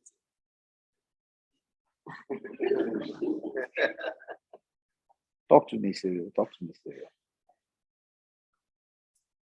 Should I give you some time to think through this? Who wants to volunteer? Any other person wants to volunteer? Okay. I'm coming back to you, but I just want to give you some time to think through it. Okay. Your name again? Precious. Precious. Precious, what do you do? I'm a social activist and an entrepreneur. What do you do? As a social activist, I create solutions for women in rural areas. And one of the solutions I created is I created an e-commerce website where we bring the goods of women in rural areas to people online. And the end of it is for us to be able to fund our food bank initiative. So 7% from those sales goes to our food bank. Precious, I'm battling with what you do. All right. So You're doing a good job. I'm just battling with it because it seems to be a whole lot. Yes. But I just want to know what you do. So we sell products. Let's talk about your entrepreneurship. Let's leave the social enterprise. All right. So what So do the you entrepreneurship is we sell products for women in market areas because they cannot access online technologies. So I get people who need things like bag of rice. That's fine. So you sell other people's products. Products, yes. Why do you sell other people? Because I like to sell. I like the idea of helping people do things that they cannot do. Selling is just my passion. I just like to put things together and get it done. Why do you like to sell? It's just bring me, it gives me that ability to put things in order. Apart from making money out of it, I just like to run around, ensure that 1, 2, 3 is done, and because I have passion for that, I make money from it. Why do you want to ensure that 1, 2, 3 is done? Because I just like orderliness. So final question from me. Why do you like orderliness? Why do I like orderliness? I don't know, maybe just to get satisfaction from people from that orderliness. So like if you, maybe you're in the office or you order. Are you ready for me now? Are you ready now? Sorry. So you order for 5 bags of rice, and the satisfaction that you get when I order for that 5 bags of rice from that woman in the community, and the satisfaction she gets from getting extra sales apart from what she gets from the market. So final question for me. Why do you want to let people get satisfaction?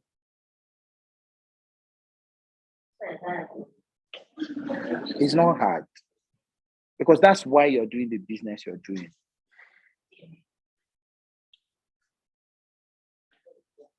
Think through it.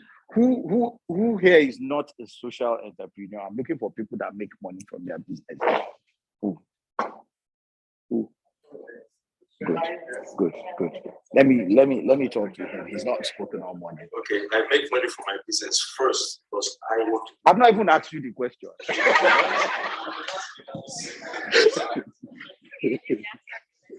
Let me come to you because this is a different kind of vibe. I've not even asked you the question. Okay. So what do you do? Good, very good. How long have you done this for? 10 years. Wow, that's a long time. So what do you do? What's your average day like? Let me just understand what this is. Okay. Most times, can I start from how I started? Start. Take your time. I'm a graduate of public international relations. I like to act. I sing also. So 2010, I met a friend of mine about the story, film production and everything. It's a very close friend. I had like 300,000 for him to make a music video for me. He discouraged me. He said, "No, this is not a song. I just got time to bought a system because I already had passion for like that. I started learning. I started action my first video, and it came out well. The video was everywhere, so I went into it. That's something I was very passionate about. So I started making videos with friends. I go to events, even when I'm not invited with my camera, I shoot for them, just give them content to to establish a relationship. So what it is, sometimes I go to school events, organization, just, once I know there's an event somewhere, even if they've hired someone, I try to just go, okay, let me just create content from this, or I get up with my neighborhood, I try to just keep my right to service that. Things like that. I should be for friends, upcoming, and just let's do something. Okay. Now I'm doing that because I'm gathering content for myself. No, don't tell us why you're doing it. I would ask you the question. So he's a cinematographer. That's what he said. He's done it for upwards of 10 years. Significant, good. So basically, calm down. I've not asked the question. so I know that to an extent you've answered this question, but I'm going to ask again. So why are you into cinematography? Two things. You need to answer these questions very aptly now so that we can make some. First and foremost, I need money to take care of myself. Sustain. We understand that's one. So That's one. Then two, I'm passionate about it. That's probably the lie. I'm just messing with you. Okay. So passion and money. Okay. Why are you passionate about cinematography? Now, I see a lot of people trying to communicate their desired dreams or events happening around, but they're not putting it properly. They're not actually getting the right medium to tell their stories. Why are you bothered about their problem? Is it your problem? No, I'm bothered about it because I can tell the story very clearly. It's an avenue, it's an opportunity for me to make money. So I'm trying to take advantage of that and make money. So why do you want to make money? Because I have needs, I have other things to do. I want to grow. I have family. I'm committed to my environment. I want, I can't. So let's save time. And for the guys online, what I would recommend is this, because this will take a lot of time. But let me just share this with you. When you get home this evening, sit down, think about what you do, and genuinely, it's called the 5 whys. Genuinely ask yourself 5 whys. Let the answer that you give to the first question that answer. Question the why behind it. Do you understand what I'm saying? Just keep asking the 5 whys. I promise you. At the end of the 5th why, when you take the last answer, check it with the initial why. You'd find a big gap between them. Friends, the answer you gave at the end of the 5 why is the actual thing that you're doing. Listen, and I've done this for several years. We questioned a bakery, the same 5 whys, for us to understand that people don't buy their bread because their bread is nice. People buy their bread because of the kind of sales rep that they have. So that bakery wasn't baking bread. Do you understand? It wasn't the taste of the bread. It wasn't the fluffy. No. It was the mood that they chose to use to sell their bread and made people start buying the bread. Do you understand? Do you understand? Yeah. Okay, we don't have enough time. We've got just 10 more minutes. And I think I should just jump onto the last one now. Do we have any questions so far? Yes, shoot, please.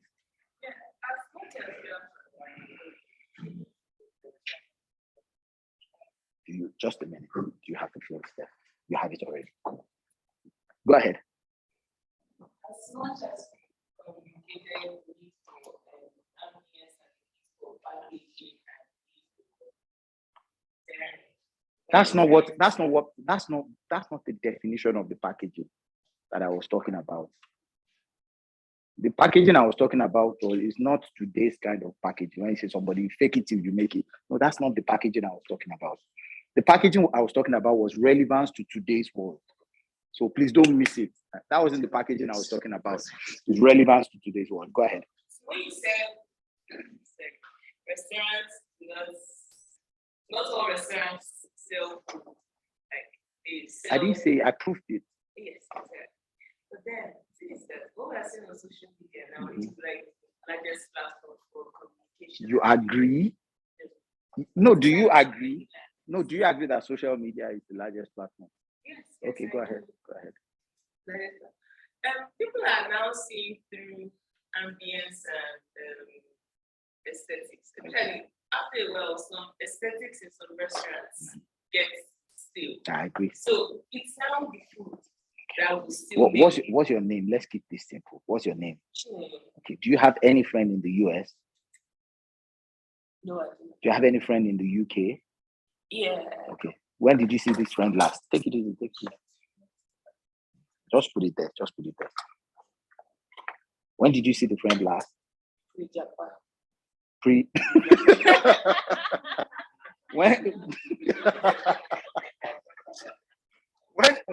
when did this friend Japa? Just 2 years ago. What's the friend's name? Her name is IJ. IJ. Okay. IJ is coming to Abuja next week, Wednesday. Right? Yes, sir. I want you guys to hang out. I want you to have a lovely evening. As she arrives Wednesday morning, she wants to check into the hotel, and in the evening, like 7 o'clock, she wants you to call like 3, 4, 5 people, you know, that you guys are close friends, and she wants you to go and do girls' night out. Where would you go? Nice. Where? Tell us now. You live in Abuja, right? Yes, I do. I don't. Just Okay, we are not. okay. Where will you go? The one that you know. The one I see. Let's say the view. Yeah. Are you? Hold on, friends. Hold on. This just Chineye, right? Chineye, this is just Chineye and I just having a conversation. Chineye, why do you want to go to the view? Why? The aesthetics, like the ambience, like the lighting, everything. I cannot say the food because I haven't even tried food, but I will go there. But Chineye, there are other restaurants that you tried the food. Why are you not taking what's her name? Why are you not taking IJ there? Why did you?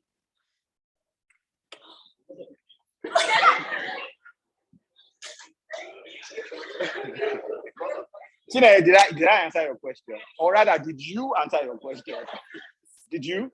Exactly. So listen. Who said that?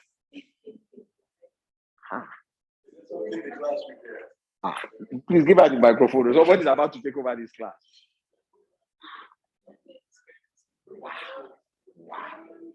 Wow.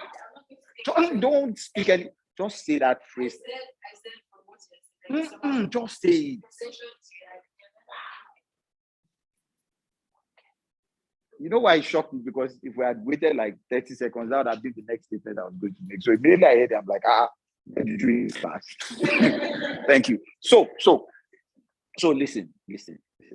And I need to start to close off now because I don't want to overly waste. It's not been a waste of time. It's not been a waste of time for me because I've enjoyed meeting people. So listen to me. In business, right? And if you're an entrepreneur, listen to me closely. How people see you is more important than who you are. Did you hear me? How people see you is more important than who you are. Don't be fooled. Follow no road. Remember, I told you I went to 6 years to go and study this in school, right? My major was consumer behavior. In business, perception is reality. Let me take it a notch further. Let me take it a notch further. Listen, it was Aristotle that said, man, know thyself, right? It's because that guy knows that you truly can't know yourself. Cyril, do you know you? Cyril, talk to me. Do you know yourself? Don't mind me. Just if you know yourself, do you know yourself? You know yourself, right? So listen, and I'm going to stay close to Cyril. Listen. I used to think that I know myself. So if you ask me in this room, Dr. Larry, can you kill? I'll be like, me. Kill. How? Like me. I can't even kill a rat. Talk less of chicken, talk less of him. Kill. You want to kill me? How can I kill? Do you understand? I'm going to, and you don't have a Yoruba man, I will go to extent. Kill me.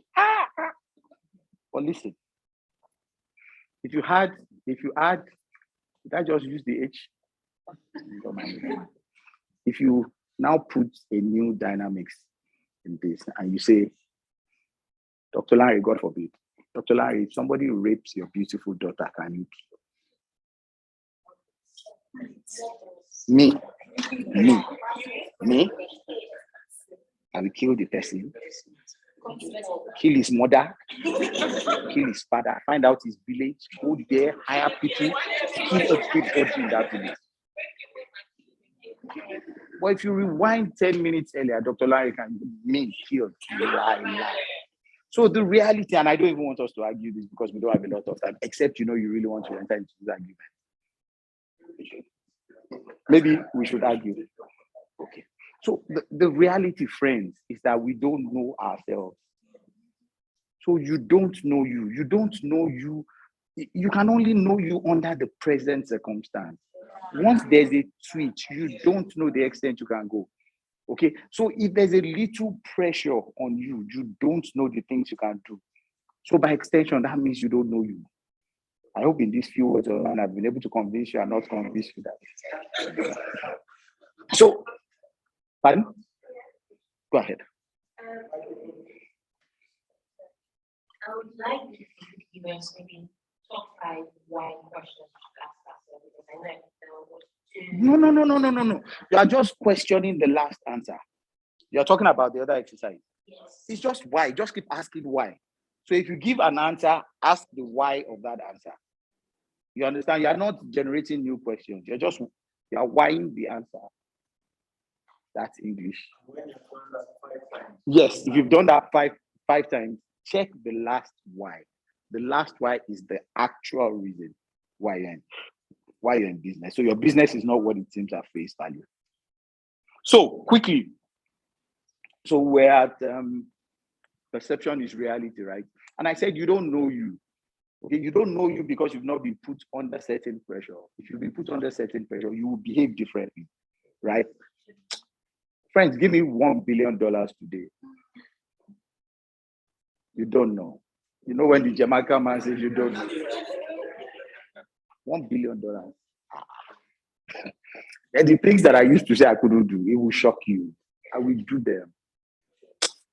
I will so do them. You don't. So it's just because we've not been put under certain pressures, right? So the pressures that we're put under actually determine how we can react. So at no point in time do you know you, so to speak, right? So if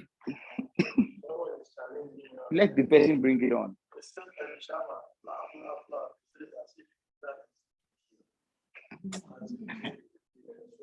I can't even say try it because I don't pray that you should try it, but try it with somebody else, not my daughter.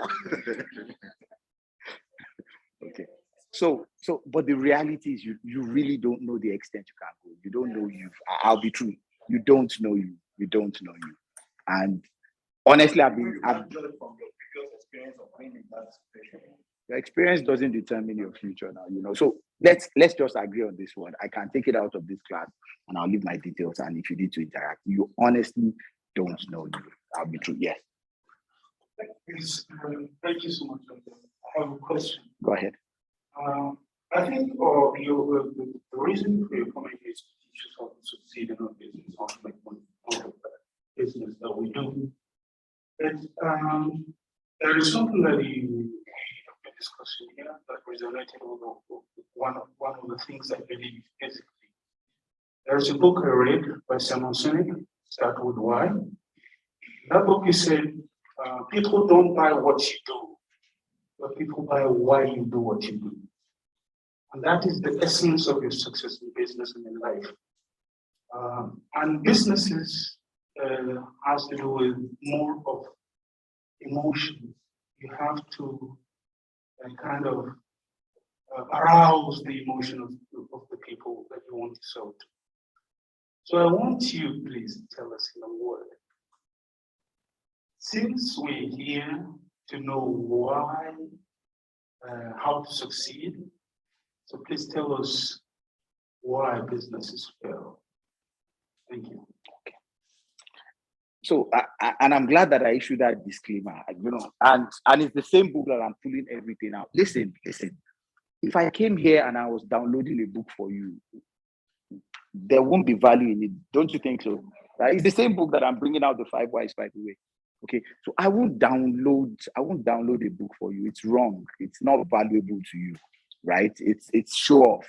And I've done this for 60 years. I can't be showing off now. Do you understand? So, I issued a disclaimer in the beginning, and I said, as I share my stories, as I mentioned everything that I do, pick the valuable things. And I hope that you have been able to pick some. Where you're going now is the final phase that I was talking about. Remember, everything that we've been talking about since, a lot of them resonates with consumer behavior, right? And when you're going now, in fact, if you had waited maybe 3 minutes, I would have made the statement that you want me to make now. Exactly. So since he has dragged me there, and I hope we finish the last one. So the last one we're talking about, so much to talk about, guys. So much. No, we need to round this up. We'll finish this in 11 minutes, I promise you. If it's once it's 6 minutes, pull my jeans. As in pull it so that we'll quickly finish. So I've forgotten where I was. So much to talk about. Experience doesn't determine your future. Yeah, so I said that we're talking about something. What were we talking about? Yeah, before he asked the question, that's the final part that we'll go to. We're talking about. Yeah, so I was saying that you don't know who you are, right? We're talking about perception is reality.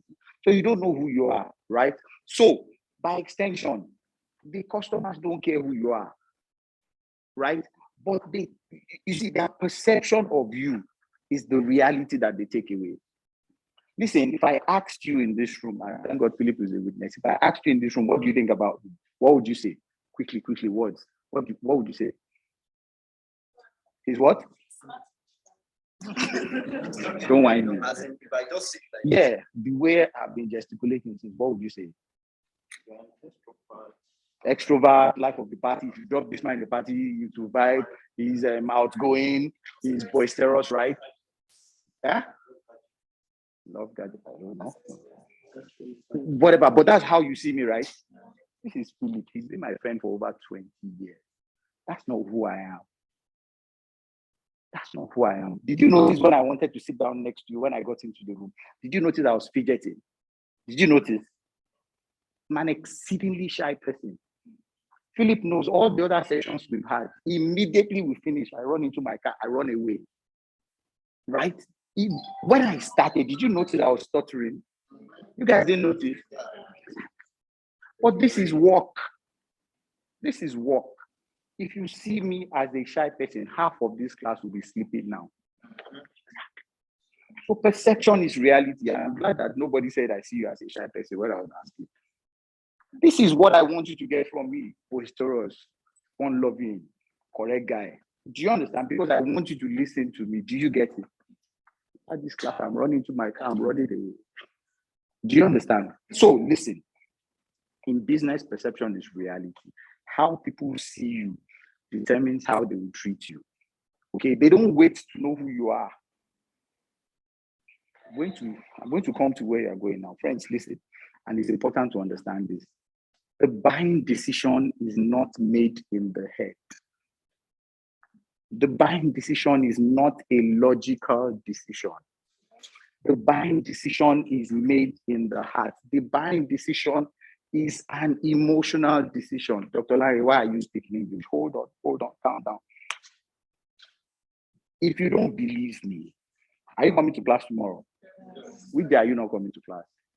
Friday. On Friday, pick out a sheet of paper as you wake up in the morning. Pick out a biro. Write down every single thing that you spend money on. I'll leave my number. Call me at 9 o'clock. Let's evaluate everything that you spent money on. You will find out that research tells us that not less than 87.7% of the things you spend money on a daily basis are born out of emotion. Listen, anything you buy outside of its core functionality is an emotional purchase. You buy the things you like. It's getting very quiet. You don't believe me? Can I engage somebody that doesn't believe me? Who doesn't believe me? Let me quickly just engage somebody that doesn't believe me. That was simple. So we all agree that the buying decision is an emotional decision. Who doesn't agree? Not completely. Okay, good. So listen, hold on. Yeah. So he doesn't agree that the buying decision is an emotional decision, right? Hold on, listen, friends. Hold on, listen. Our friend, let's give him the microphone so people can listen. Our friend is carrying a Dior bag, right? How long have you had this bag? In a month now. Okay, he's had the Dior bag for a month. Okay. What is the core functionality of a bag? To carry. Why did you buy this bag, sir? Exactly. So he bought the bag for core functionality, so you could put stuff inside. Question: is this the cheapest possible bag in Abuja that you could buy to put stuff inside? No, it's not. I put it to you, sir, like the lawyer said, and that is an emotional purchase. The fact that it's even designer makes it clearly an emotional purchase.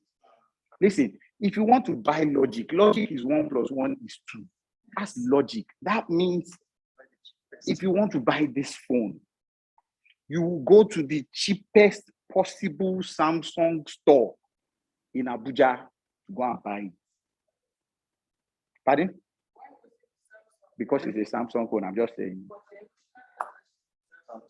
That's a different discussion. That's not what I'm saying. Hold on. And I'm rushing now. If you want to buy this Bible,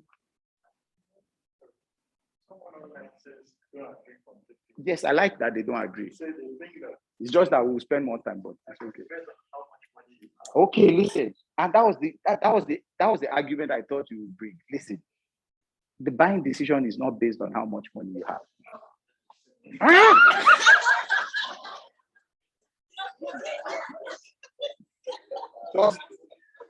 Just when I wanted to enter the room.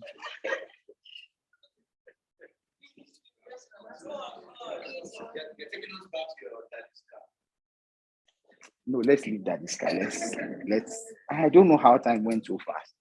Listen, if the buying decision was logical, what does the pen do?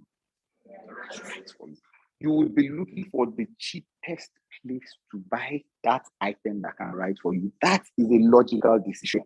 You are sensible, you are logical. Right. Yes, go ahead. I need to run now.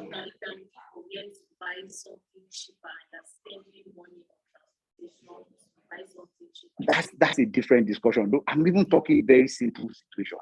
Every time you buy something that is not necessarily the cheapest functional item, you're no longer buying logic. Do you understand? That means you're buying what you like. What you like is not functionality. What you like is emotional. It's because of the connection.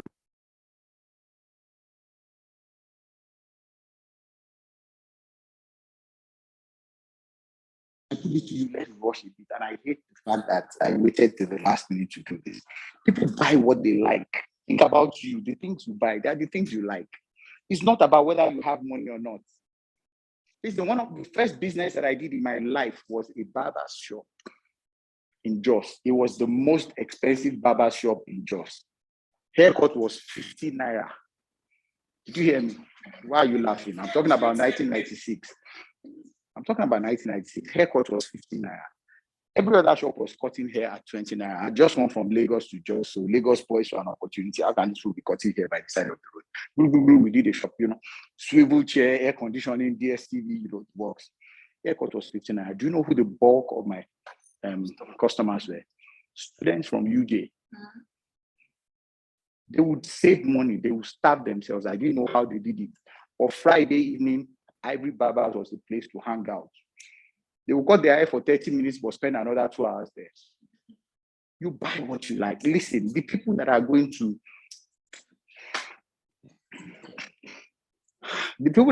hustle and bustle, right? You know where hustle and bustle is? Yes. Don't lie to me now. Talk to me. Why you hide your face? So they know the hustle and bustle is across the road from Wuse Market. People don't know. Inside Wuse Market, a bottle of Hennessy BS is 21,000 naira. 21. In hustle and bustle across the road is 80,000 naira. The people buying it at 80,000 naira know. It's not like they don't know. They know that in Wuse Market, it's 21,000. Boom, boom, boom, boom, boom. They are paying. They are happy paying. They are not being forced. They are not being forced. The buying decision is emotional, friends. It's emotional. You buy the things you like, regardless of your economic status. And I've heard people engage me, Dr. Larry, when people don't have money, the buying decision is functional. It's a lie. It's a lie. The bulk of things you buy in a day are born out of the heart. Remember, anything that is not carrying out a core function is what? An emotional purchase. That's what it is. That's what it is.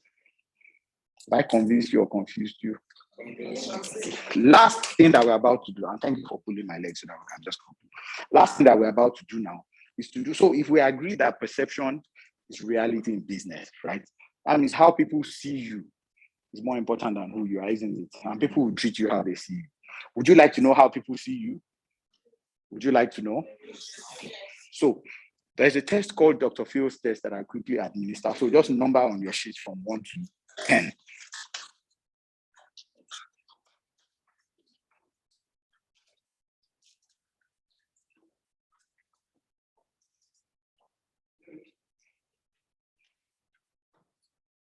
I'm just going to run through 10 questions, right? 10 questions. I'm not going to spend more than 10 seconds on each question, or maybe tops 20 seconds. So we can do this in 5 minutes. Okay. So what I need you to do for me is just to choose the best alternative. Just put down the alphabet that best describes you. So let's go. Question 1.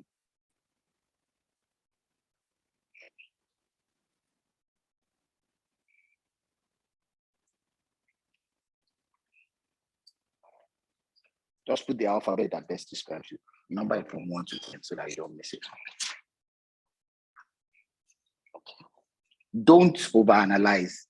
Don't even let them overanalyze. After 20 seconds, move to the next one. Are you done with 1?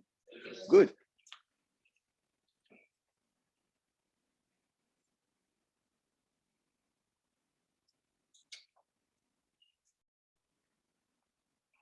Just help me flip. Yes. Don't let them analyze, just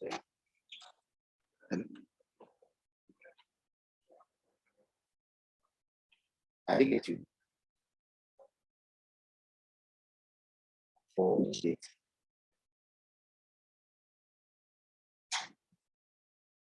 That is it. I didn't hear you. Yeah. Okay.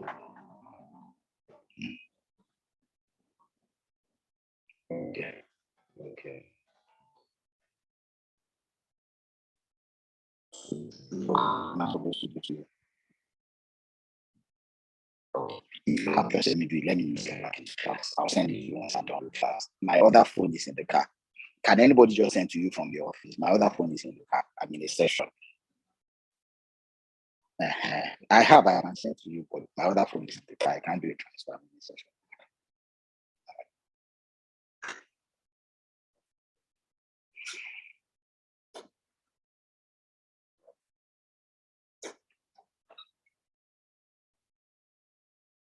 I would have finished.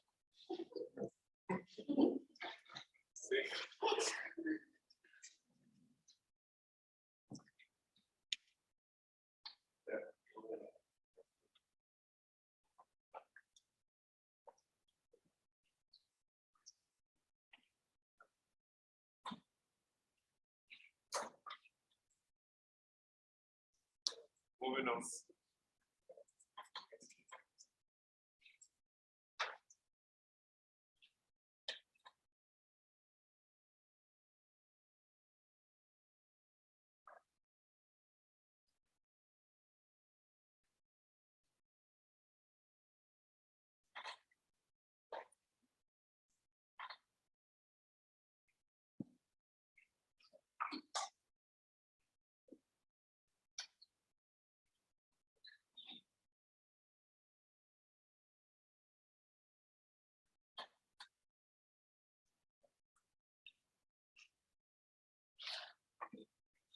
Too fast.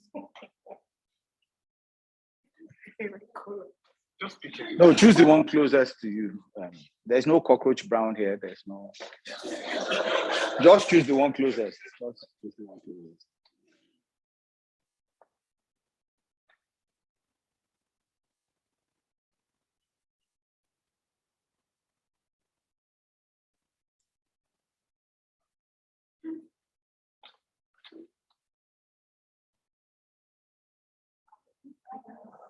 Okay, let's go back to 9 April.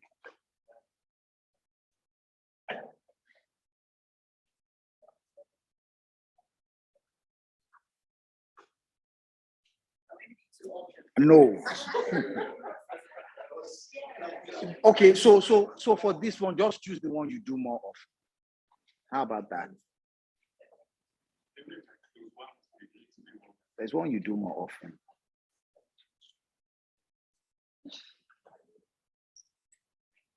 Okay, and I'm sure that we have the final one now.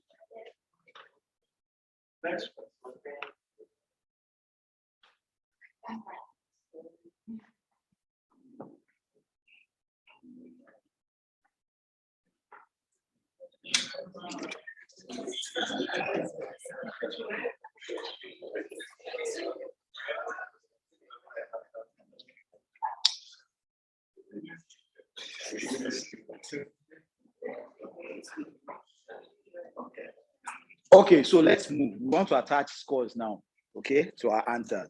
It's not about highest or lowest score, trust me. Okay, so next slide. Very quickly, just put the scores by the side. Just put the scores by the side. So for question 1, if it was an A, put 2. If it was a B, put 4. If it was a C, put 6. Okay, and we can do this very quickly. So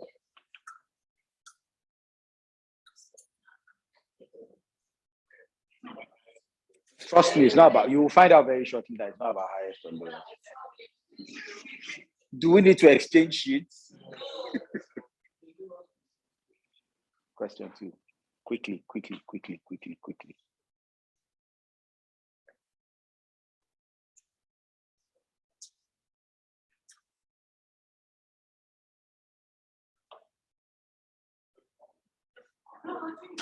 Question 3. Question 4 now. Question 4.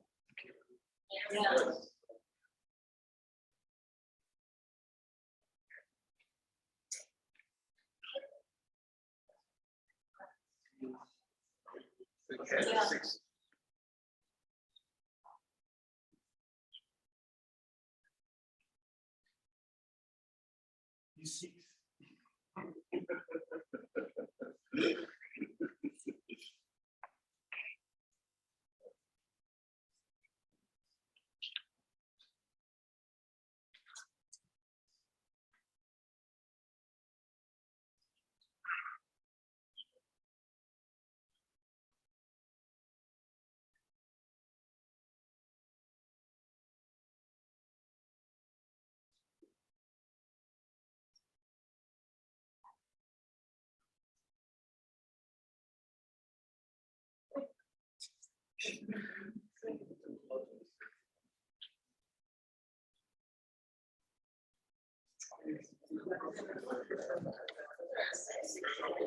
Which question 8?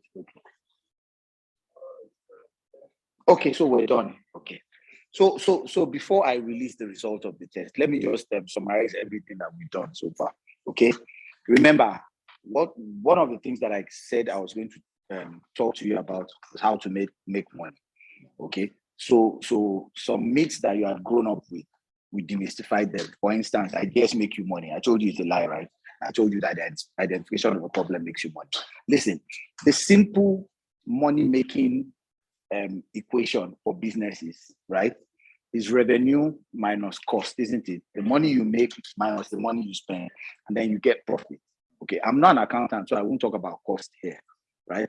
But the one I can tell you about is about revenue, right? And that's everything that we've spoken about. I'm trying to break it down as simple as possible, just in case people didn't understand this properly. So it's revenue that we've spoken about since, okay? So there's a direct relationship between revenue and profit. Yes, now.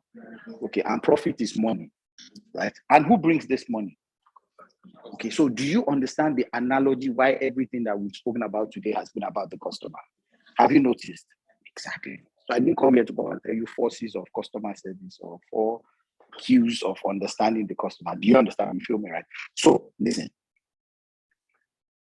this test, the result is not who you are. Did you get me? Yes. If this result comes out and you see you are fresh. You are not fresh. Yes. We just think that you are fresh. It's getting very quiet. Did I just hurt someone? This personality test is not who you are.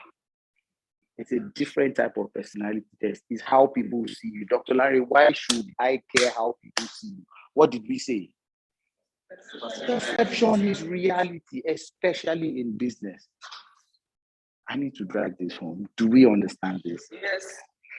So that by the time we release the results, you don't start to get it twisted. So if this was a Nollywood movie now, this is where Peter Edochie steps in. And you hear again. So help me with the results. Next slide. So listen. This, calm down. This is not who you are. Always remember, this is not who you are. Calm down. This is not who you are, but this is how we see you. Okay. Why is it important to be seen in the manner that you want to be seen, or in the manner that correlates with your business? Let me even ask, where do you think that the bulk of people in creative should fall? You think so too, right? And where else?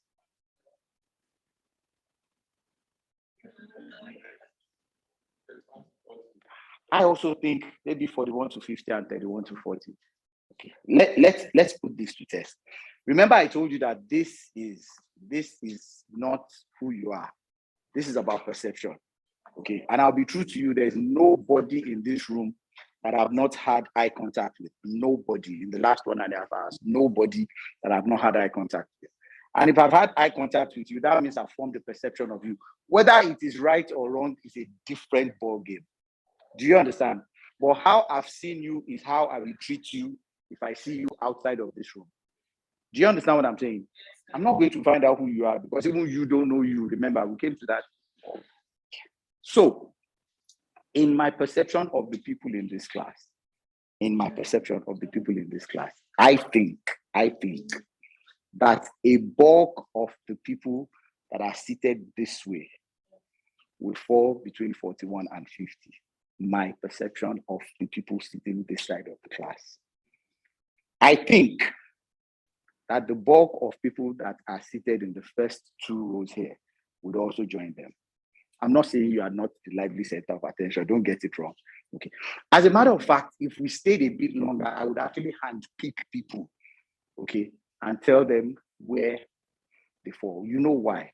Because this result is not who you are. This result is how people see you. Do you understand it? And let's just find out if my juju is working. I'll be damned if there's somebody 61 to. Yeah, I'll be really. I've not seen anybody that I think would. I also would be worried. Is there anybody above 61 by the way? You had better be joking. I would also be worried. Because I've scanned the room and my perception, I would also be worried if we had anybody 0 to 20. I would be worried. I didn't. However, I think that if we had anybody between 21 and 30, there will not be more than 1 or 2 people maximum between 21 and 30. Maximum 2 people, if there are at all. Okay. So who got between 21 and 30?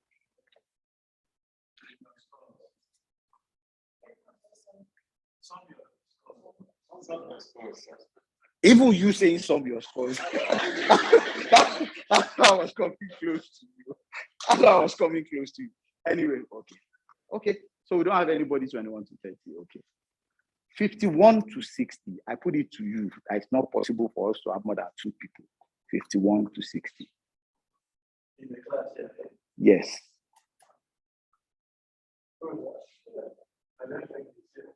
Okay. Ironically, I thought he would be one of the.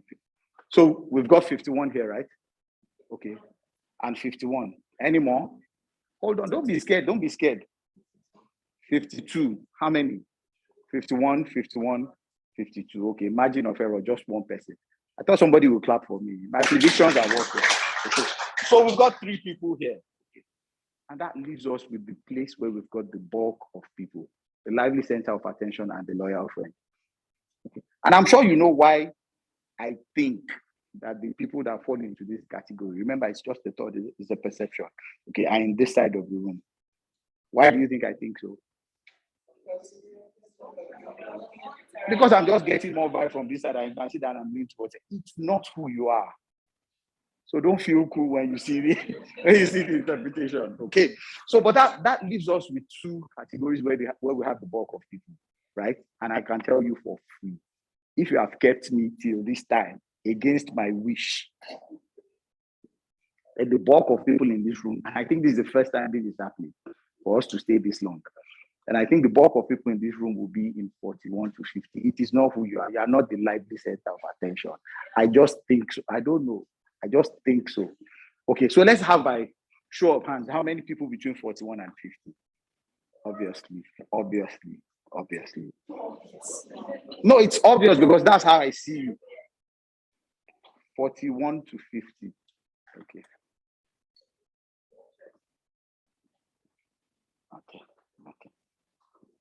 And then let's have the 31 to 40. You can't be 31 to 40 or 41 to 50. Which one are you? 41. Okay, good. Okay. All right, cool. I won't spend a lot of time. I'll share these things with you. So let's just take one category now. Let's go to the lively center of attention where we have more people. Next. Okay, no. Okay, no. Backwards. Okay. So people think you are fresh. It doesn't mean you are fresh.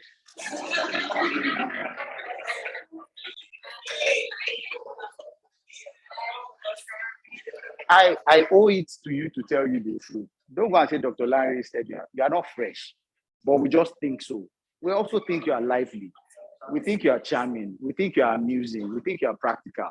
We think you are interesting. We might be wrong, but we will deal with you that way because that's now listen. If you were into creatives, do you want to be seen like this? Absolutely. But if you're a brain surgeon, would you like to be seen as fresh and lively and charming?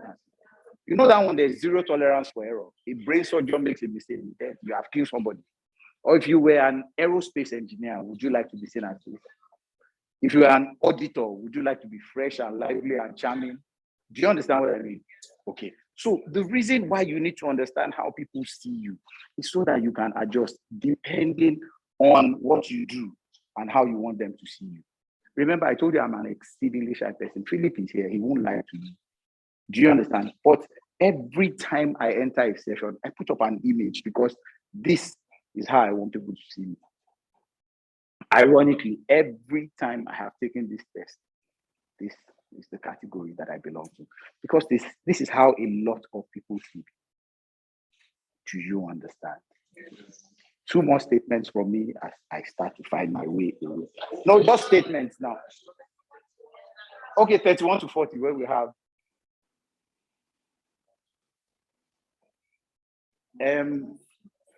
I can't even say that you are not the first one. So don't let me be rude, okay? But you are not cautious.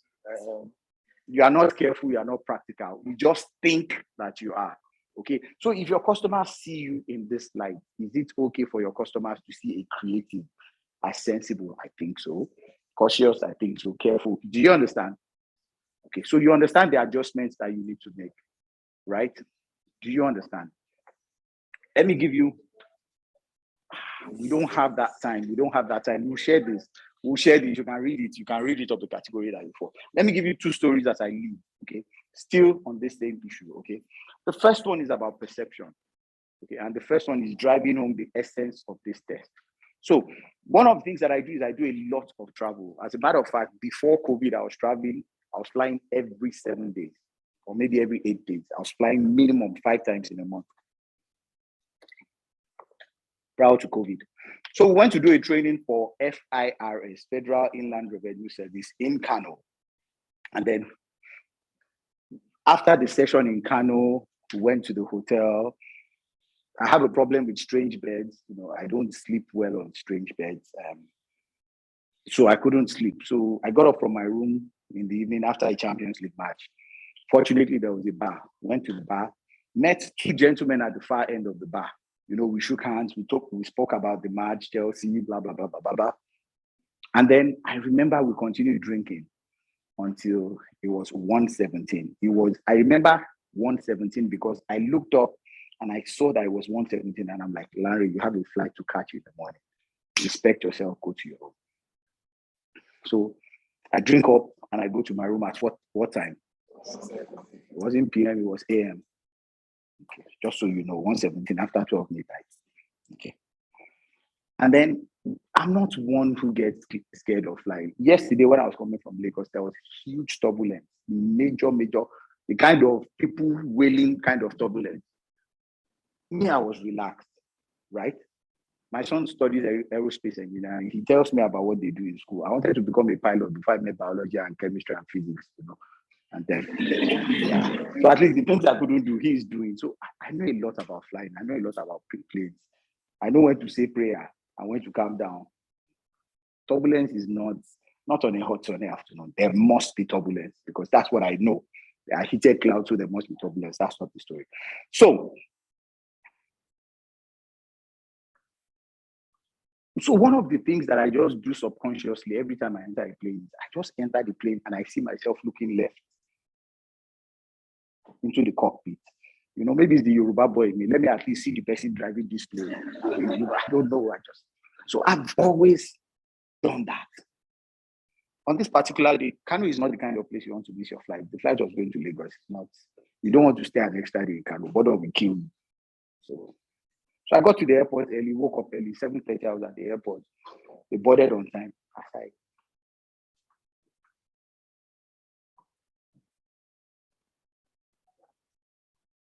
You don't understand. As I looked into the cockpit, I froze. You guys don't know why?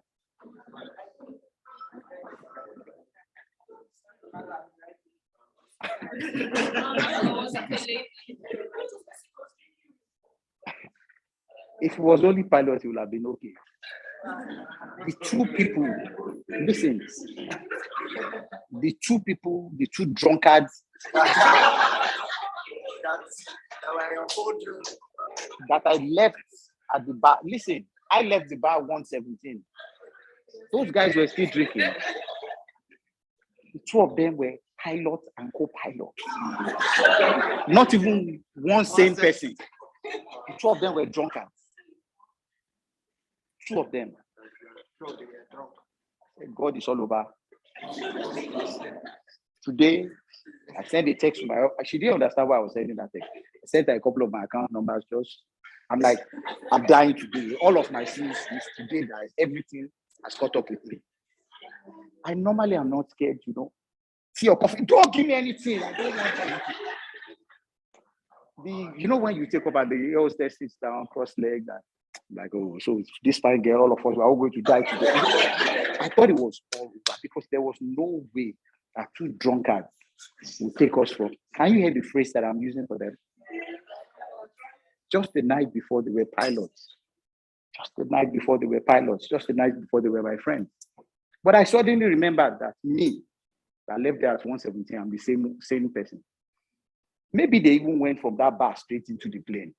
Because I left them at 1:17. I don't know what time they left the bar. Do you understand? This is how perception works. Fortunately, we landed in Lagos and we're staying in the same hotel. We're friends still today, And you know what that pilot told me?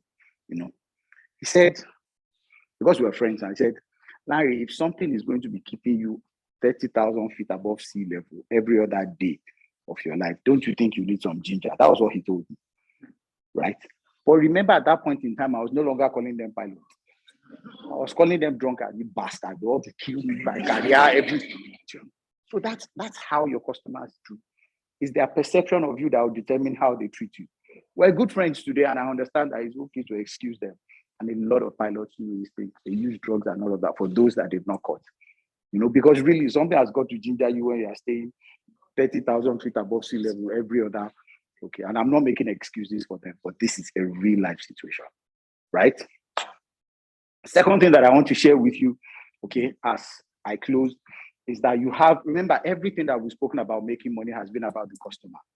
Yes, and all I've told you is how to be able to get joy from the customer. And when I say joy, it's money that I'm talking about. Okay, so in all of these things, Dr. Larry, you make it seemingly easy. Like if I just understand the customer, money will just come. Yes, money will come. However, I need to issue this disclaimer.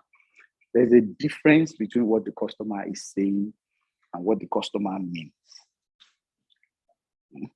I'll repeat it. There's a difference between what the customer says and what the customer means. What the customer says is not important. It's talk. What the customer says does not determine the customer's buying behavior. Are you listening to me? What the customer means is what determines the customer's buying behavior. Listen, I've been on an Arik plane before from Abuja to Ilorin. So for some reason, the air conditioning did not work. It was a short flight. For some reason, the air conditioning did not work. It was the flap in front of our seat pocket that all of us were using like that. I took a video of it. There was a feedback form inside that seat pocket in front of me. I filled the feedback form. I didn't say anything bad about Arik Air. Did you hear me? I found myself from Abuja to Ilorin. I still didn't say anything bad about Arik Air. Remember, because a feedback form is what the customer says. It's all lies, right? But what the customer means is what determines the customer's buying decision.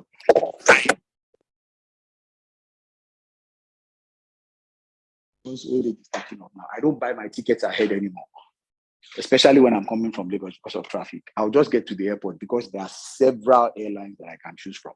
And I know that there's at least one flight going to Abuja every hour. So I just get to the airport and I wait for the next flight and I pay and then I come home gently, because in the past I've missed my flight several times. There were times that I came back and I climbed Okada. You understand what I mean? Because traffic can hold you at anywhere in Lagos, right? So if you ask me, Dr. Larry, what is the most important thing about your flying? I'll tell you easily. It's my safety. I love this life. I want to chop life. My children are young. I love my wife. I love my family. I just love the good things of life, right? So for somebody who safety is his biggest issue with flying, or his greatest thought process about flying, what do you think should happen? The person should be flying the safest airline, right? The safest airline in Nigeria, according to NCAA and FAN, are Air Peace and Arik. I hate to say it, I'm not campaigning for them, but that's the reality. So those two are the safest airlines in Nigeria. Okay. If you've come from Lagos to Abuja, you will know where Air Peace and Arik, you know where they fly from. They fly from the old domestic airport in Lagos, in Ikeja. You know that old one inside? Are the only two airlines that fly from there. In the lounge of the old airport, they have leather seats, but it's cracked. You can even tear your clothes. In the lounge of the old airport, they don't have this kind of air conditioning. They have air conditioning, it's working, just makes a lot of noise. In the lounge of the old airport, if you stay long enough, you'll find one cockroach or one wall gecko. But this is where the safest airlines fly from. So ideally, where should I be going? I should be going there now. Why you guys scared to tell me? I should be going to where the safest airlines fly from, isn't it? Or watch my behavior. And my behavior determines where I spend money. And that's why I said it's not about what the customer says, it's about what they mean. So I still tell myself in the morning, I'm going to MM1. That's the old domestic airport, because that's where the safest airlines fly from. I'm Yoruba, we are scared. We don't want to die young. So we're going, and if you understand Lagos very well, so we're coming from BI, we're passing through Oshodi, and we're going to the airport. The MM2 is before the MM1. As we get to the roundabout of the MM2, and this thing has happened to me subconsciously several times, I just find myself tapping the Uber guy or the taxi guy, or guy enter this way. I see last minute decision. We're not going to that place anymore. When I remember the AC, when I remember the cracked leather seats, when I remember that the girls on the counter are not fine. Then we go to MM2 and I come down at MM2. It's not where the safest airlines are, but in MM2, they have this kind of air conditioning. There are happy faces. There are over 14 airlines staring at you. Okay. In MM2, there's no crack on their leather seats. In MM2, you won't find a cockroach or wall gecko inside of their lounge. Have you noticed? Where am I paying money? Where am I paying money? MM1 or MM2? Okay, but if you ask me, what do I tell you? So what the customer says is different from what they mean. Okay, making money from the customer is not about what they say. It's about what they mean. I'm totally exhausted. This has been the longest session we've had, and I don't know why you guys dragged us for so long. But on a final note, I want to thank you very, very, very deeply. It's been massively interesting for me. I hope it has been the same for you.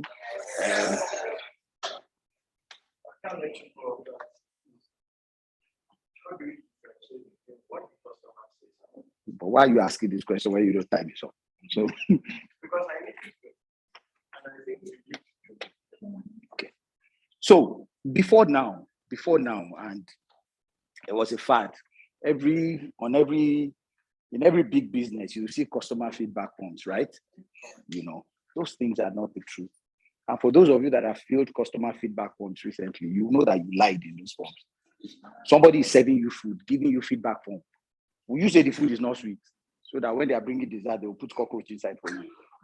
You just, yeah, your food is good, service is good, it's 100, it's 200, you get. So we don't, those customer feedback forms is what the customer says. And we just found out that what the customer says is not what determines where he spends his money. It's what he means that determines where he spends his money. So for me, there's something called a focus group. Okay. And it's a small, cheap way for businesses to be able to find out what the customers mean. Remember also, probably one of the things that we didn't discuss before now is that your business is not about you. It's a good thing that I'm leaving now so that I can say this. No, your business is not about you. As a matter of fact, you are not even the second in the hierarchy of your business. You are such a distant third. Yes, hate me if you want to. You are a distant third in the hierarchy. The first person that matters the most in your business is who? The man that will be talking. See, it's easy to say, it's not easy to do. Okay, if you run a business and if you run a restaurant and your customers want to sit down on mat, you better give them mat. You better not do chair. I speak the truth because they will revolt. Okay, in 13 years, my restaurant has gone from a cafe to a fine dining restaurant to a beer parlor, back to a cafe. It's about them. It's not about you. Because they will revolt. You don't find out that they are not talking to you anymore. They don't even need to fight you. It's in those days that a slap is feedback. Yes, if a customer slaps any of your staff or slaps you, it's feedback that they are giving you. But these days, they don't even give you that feedback anymore. You just don't see them. Okay, so for me, it's something called a focus group. Let me quickly answer that question. It's something called a focus group.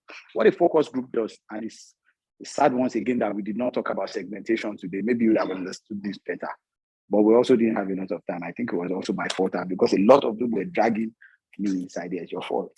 So, but I'll leave my details and we can share on that. So, focus group. So, if you've been able to identify your segment, that is a different discussion entirely.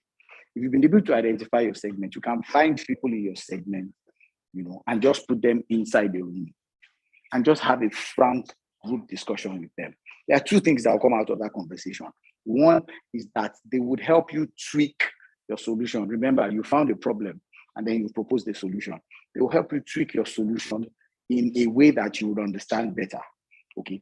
The second thing is they will clear all your assumptions. Remember, as a business, you are sitting down and you are assuming that you understand what's in the mind of those people. You are assuming that you understand their problem and that's why you propose the solution. And everybody that has that solution would come. Okay. So they will clear all your assumptions. They will be able to help you sort of put the round peg in the round hole, give you the feedback that you have a better understanding of your target segment. Unfortunately, we weren't able to talk about target segment, and I apologize for that. I think the last two classes understood that. But the final thing that I'll say about target segment is, don't do your target segment the way you've been taught in those theories. Okay? If you need to continue working on your target segment up until the point where if you see somebody walk past, you'll be able to say this person falls into my segment, because it's not everybody you're looking for. Remember, your business is not for everybody. It's not even everybody that can afford your business. I'm not even talking functionality now, right? And it's the same thing with everybody in this room. We're creatives. Your business should not be cheap to everybody. This is 2022. It is not only price that you use to penetrate the market. It's not, and it is 2022. There's something called value, okay, which outweighs price, right? Exactly. People think I'm speaking English, and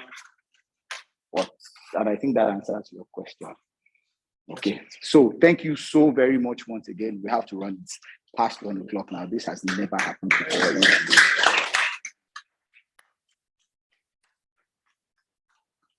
honestly, genuinely don't know why you're clapping, because we just had a conversation. So if you have other questions that you want to maybe ask, my Twitter handle is ELPEE, that's LP, ELPEE_.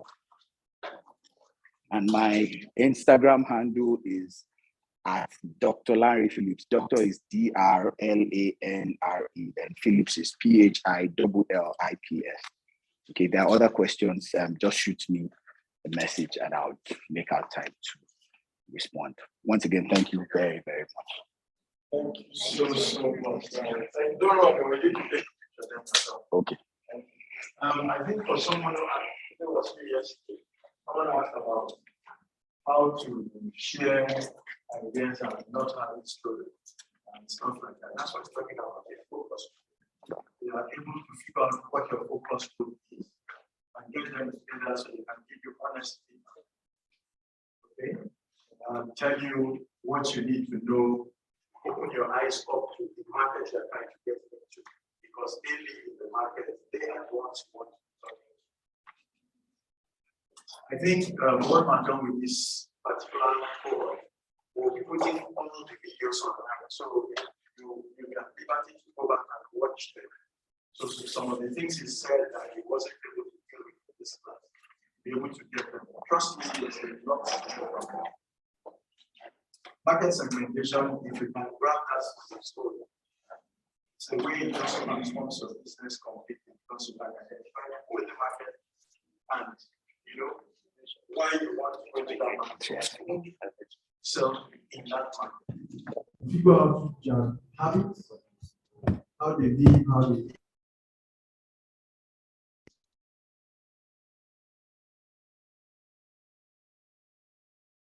much. You've been a great audience. If there are anything we have stuff to share, we'll put it in the WhatsApp group.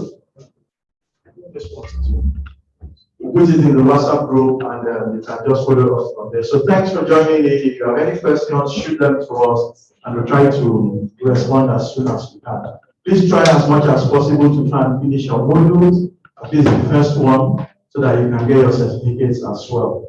Tomorrow we'll be having Nimshak in the house, and trust me, don't want to miss Nimshak. Nimshak is amazing.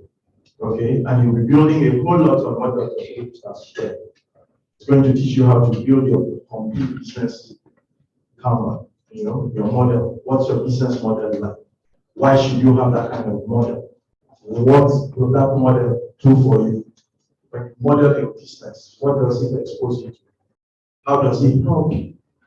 What does it help you identify? How does it help you engage with your customers? How you reach them, how they reach you, why you reach them, why they need to reach you. It shows you your threats and all the other things there as well. So thank you so much. Have a lovely day. So for those of us who are in the house now, I think we're done. Let's just take our picture and then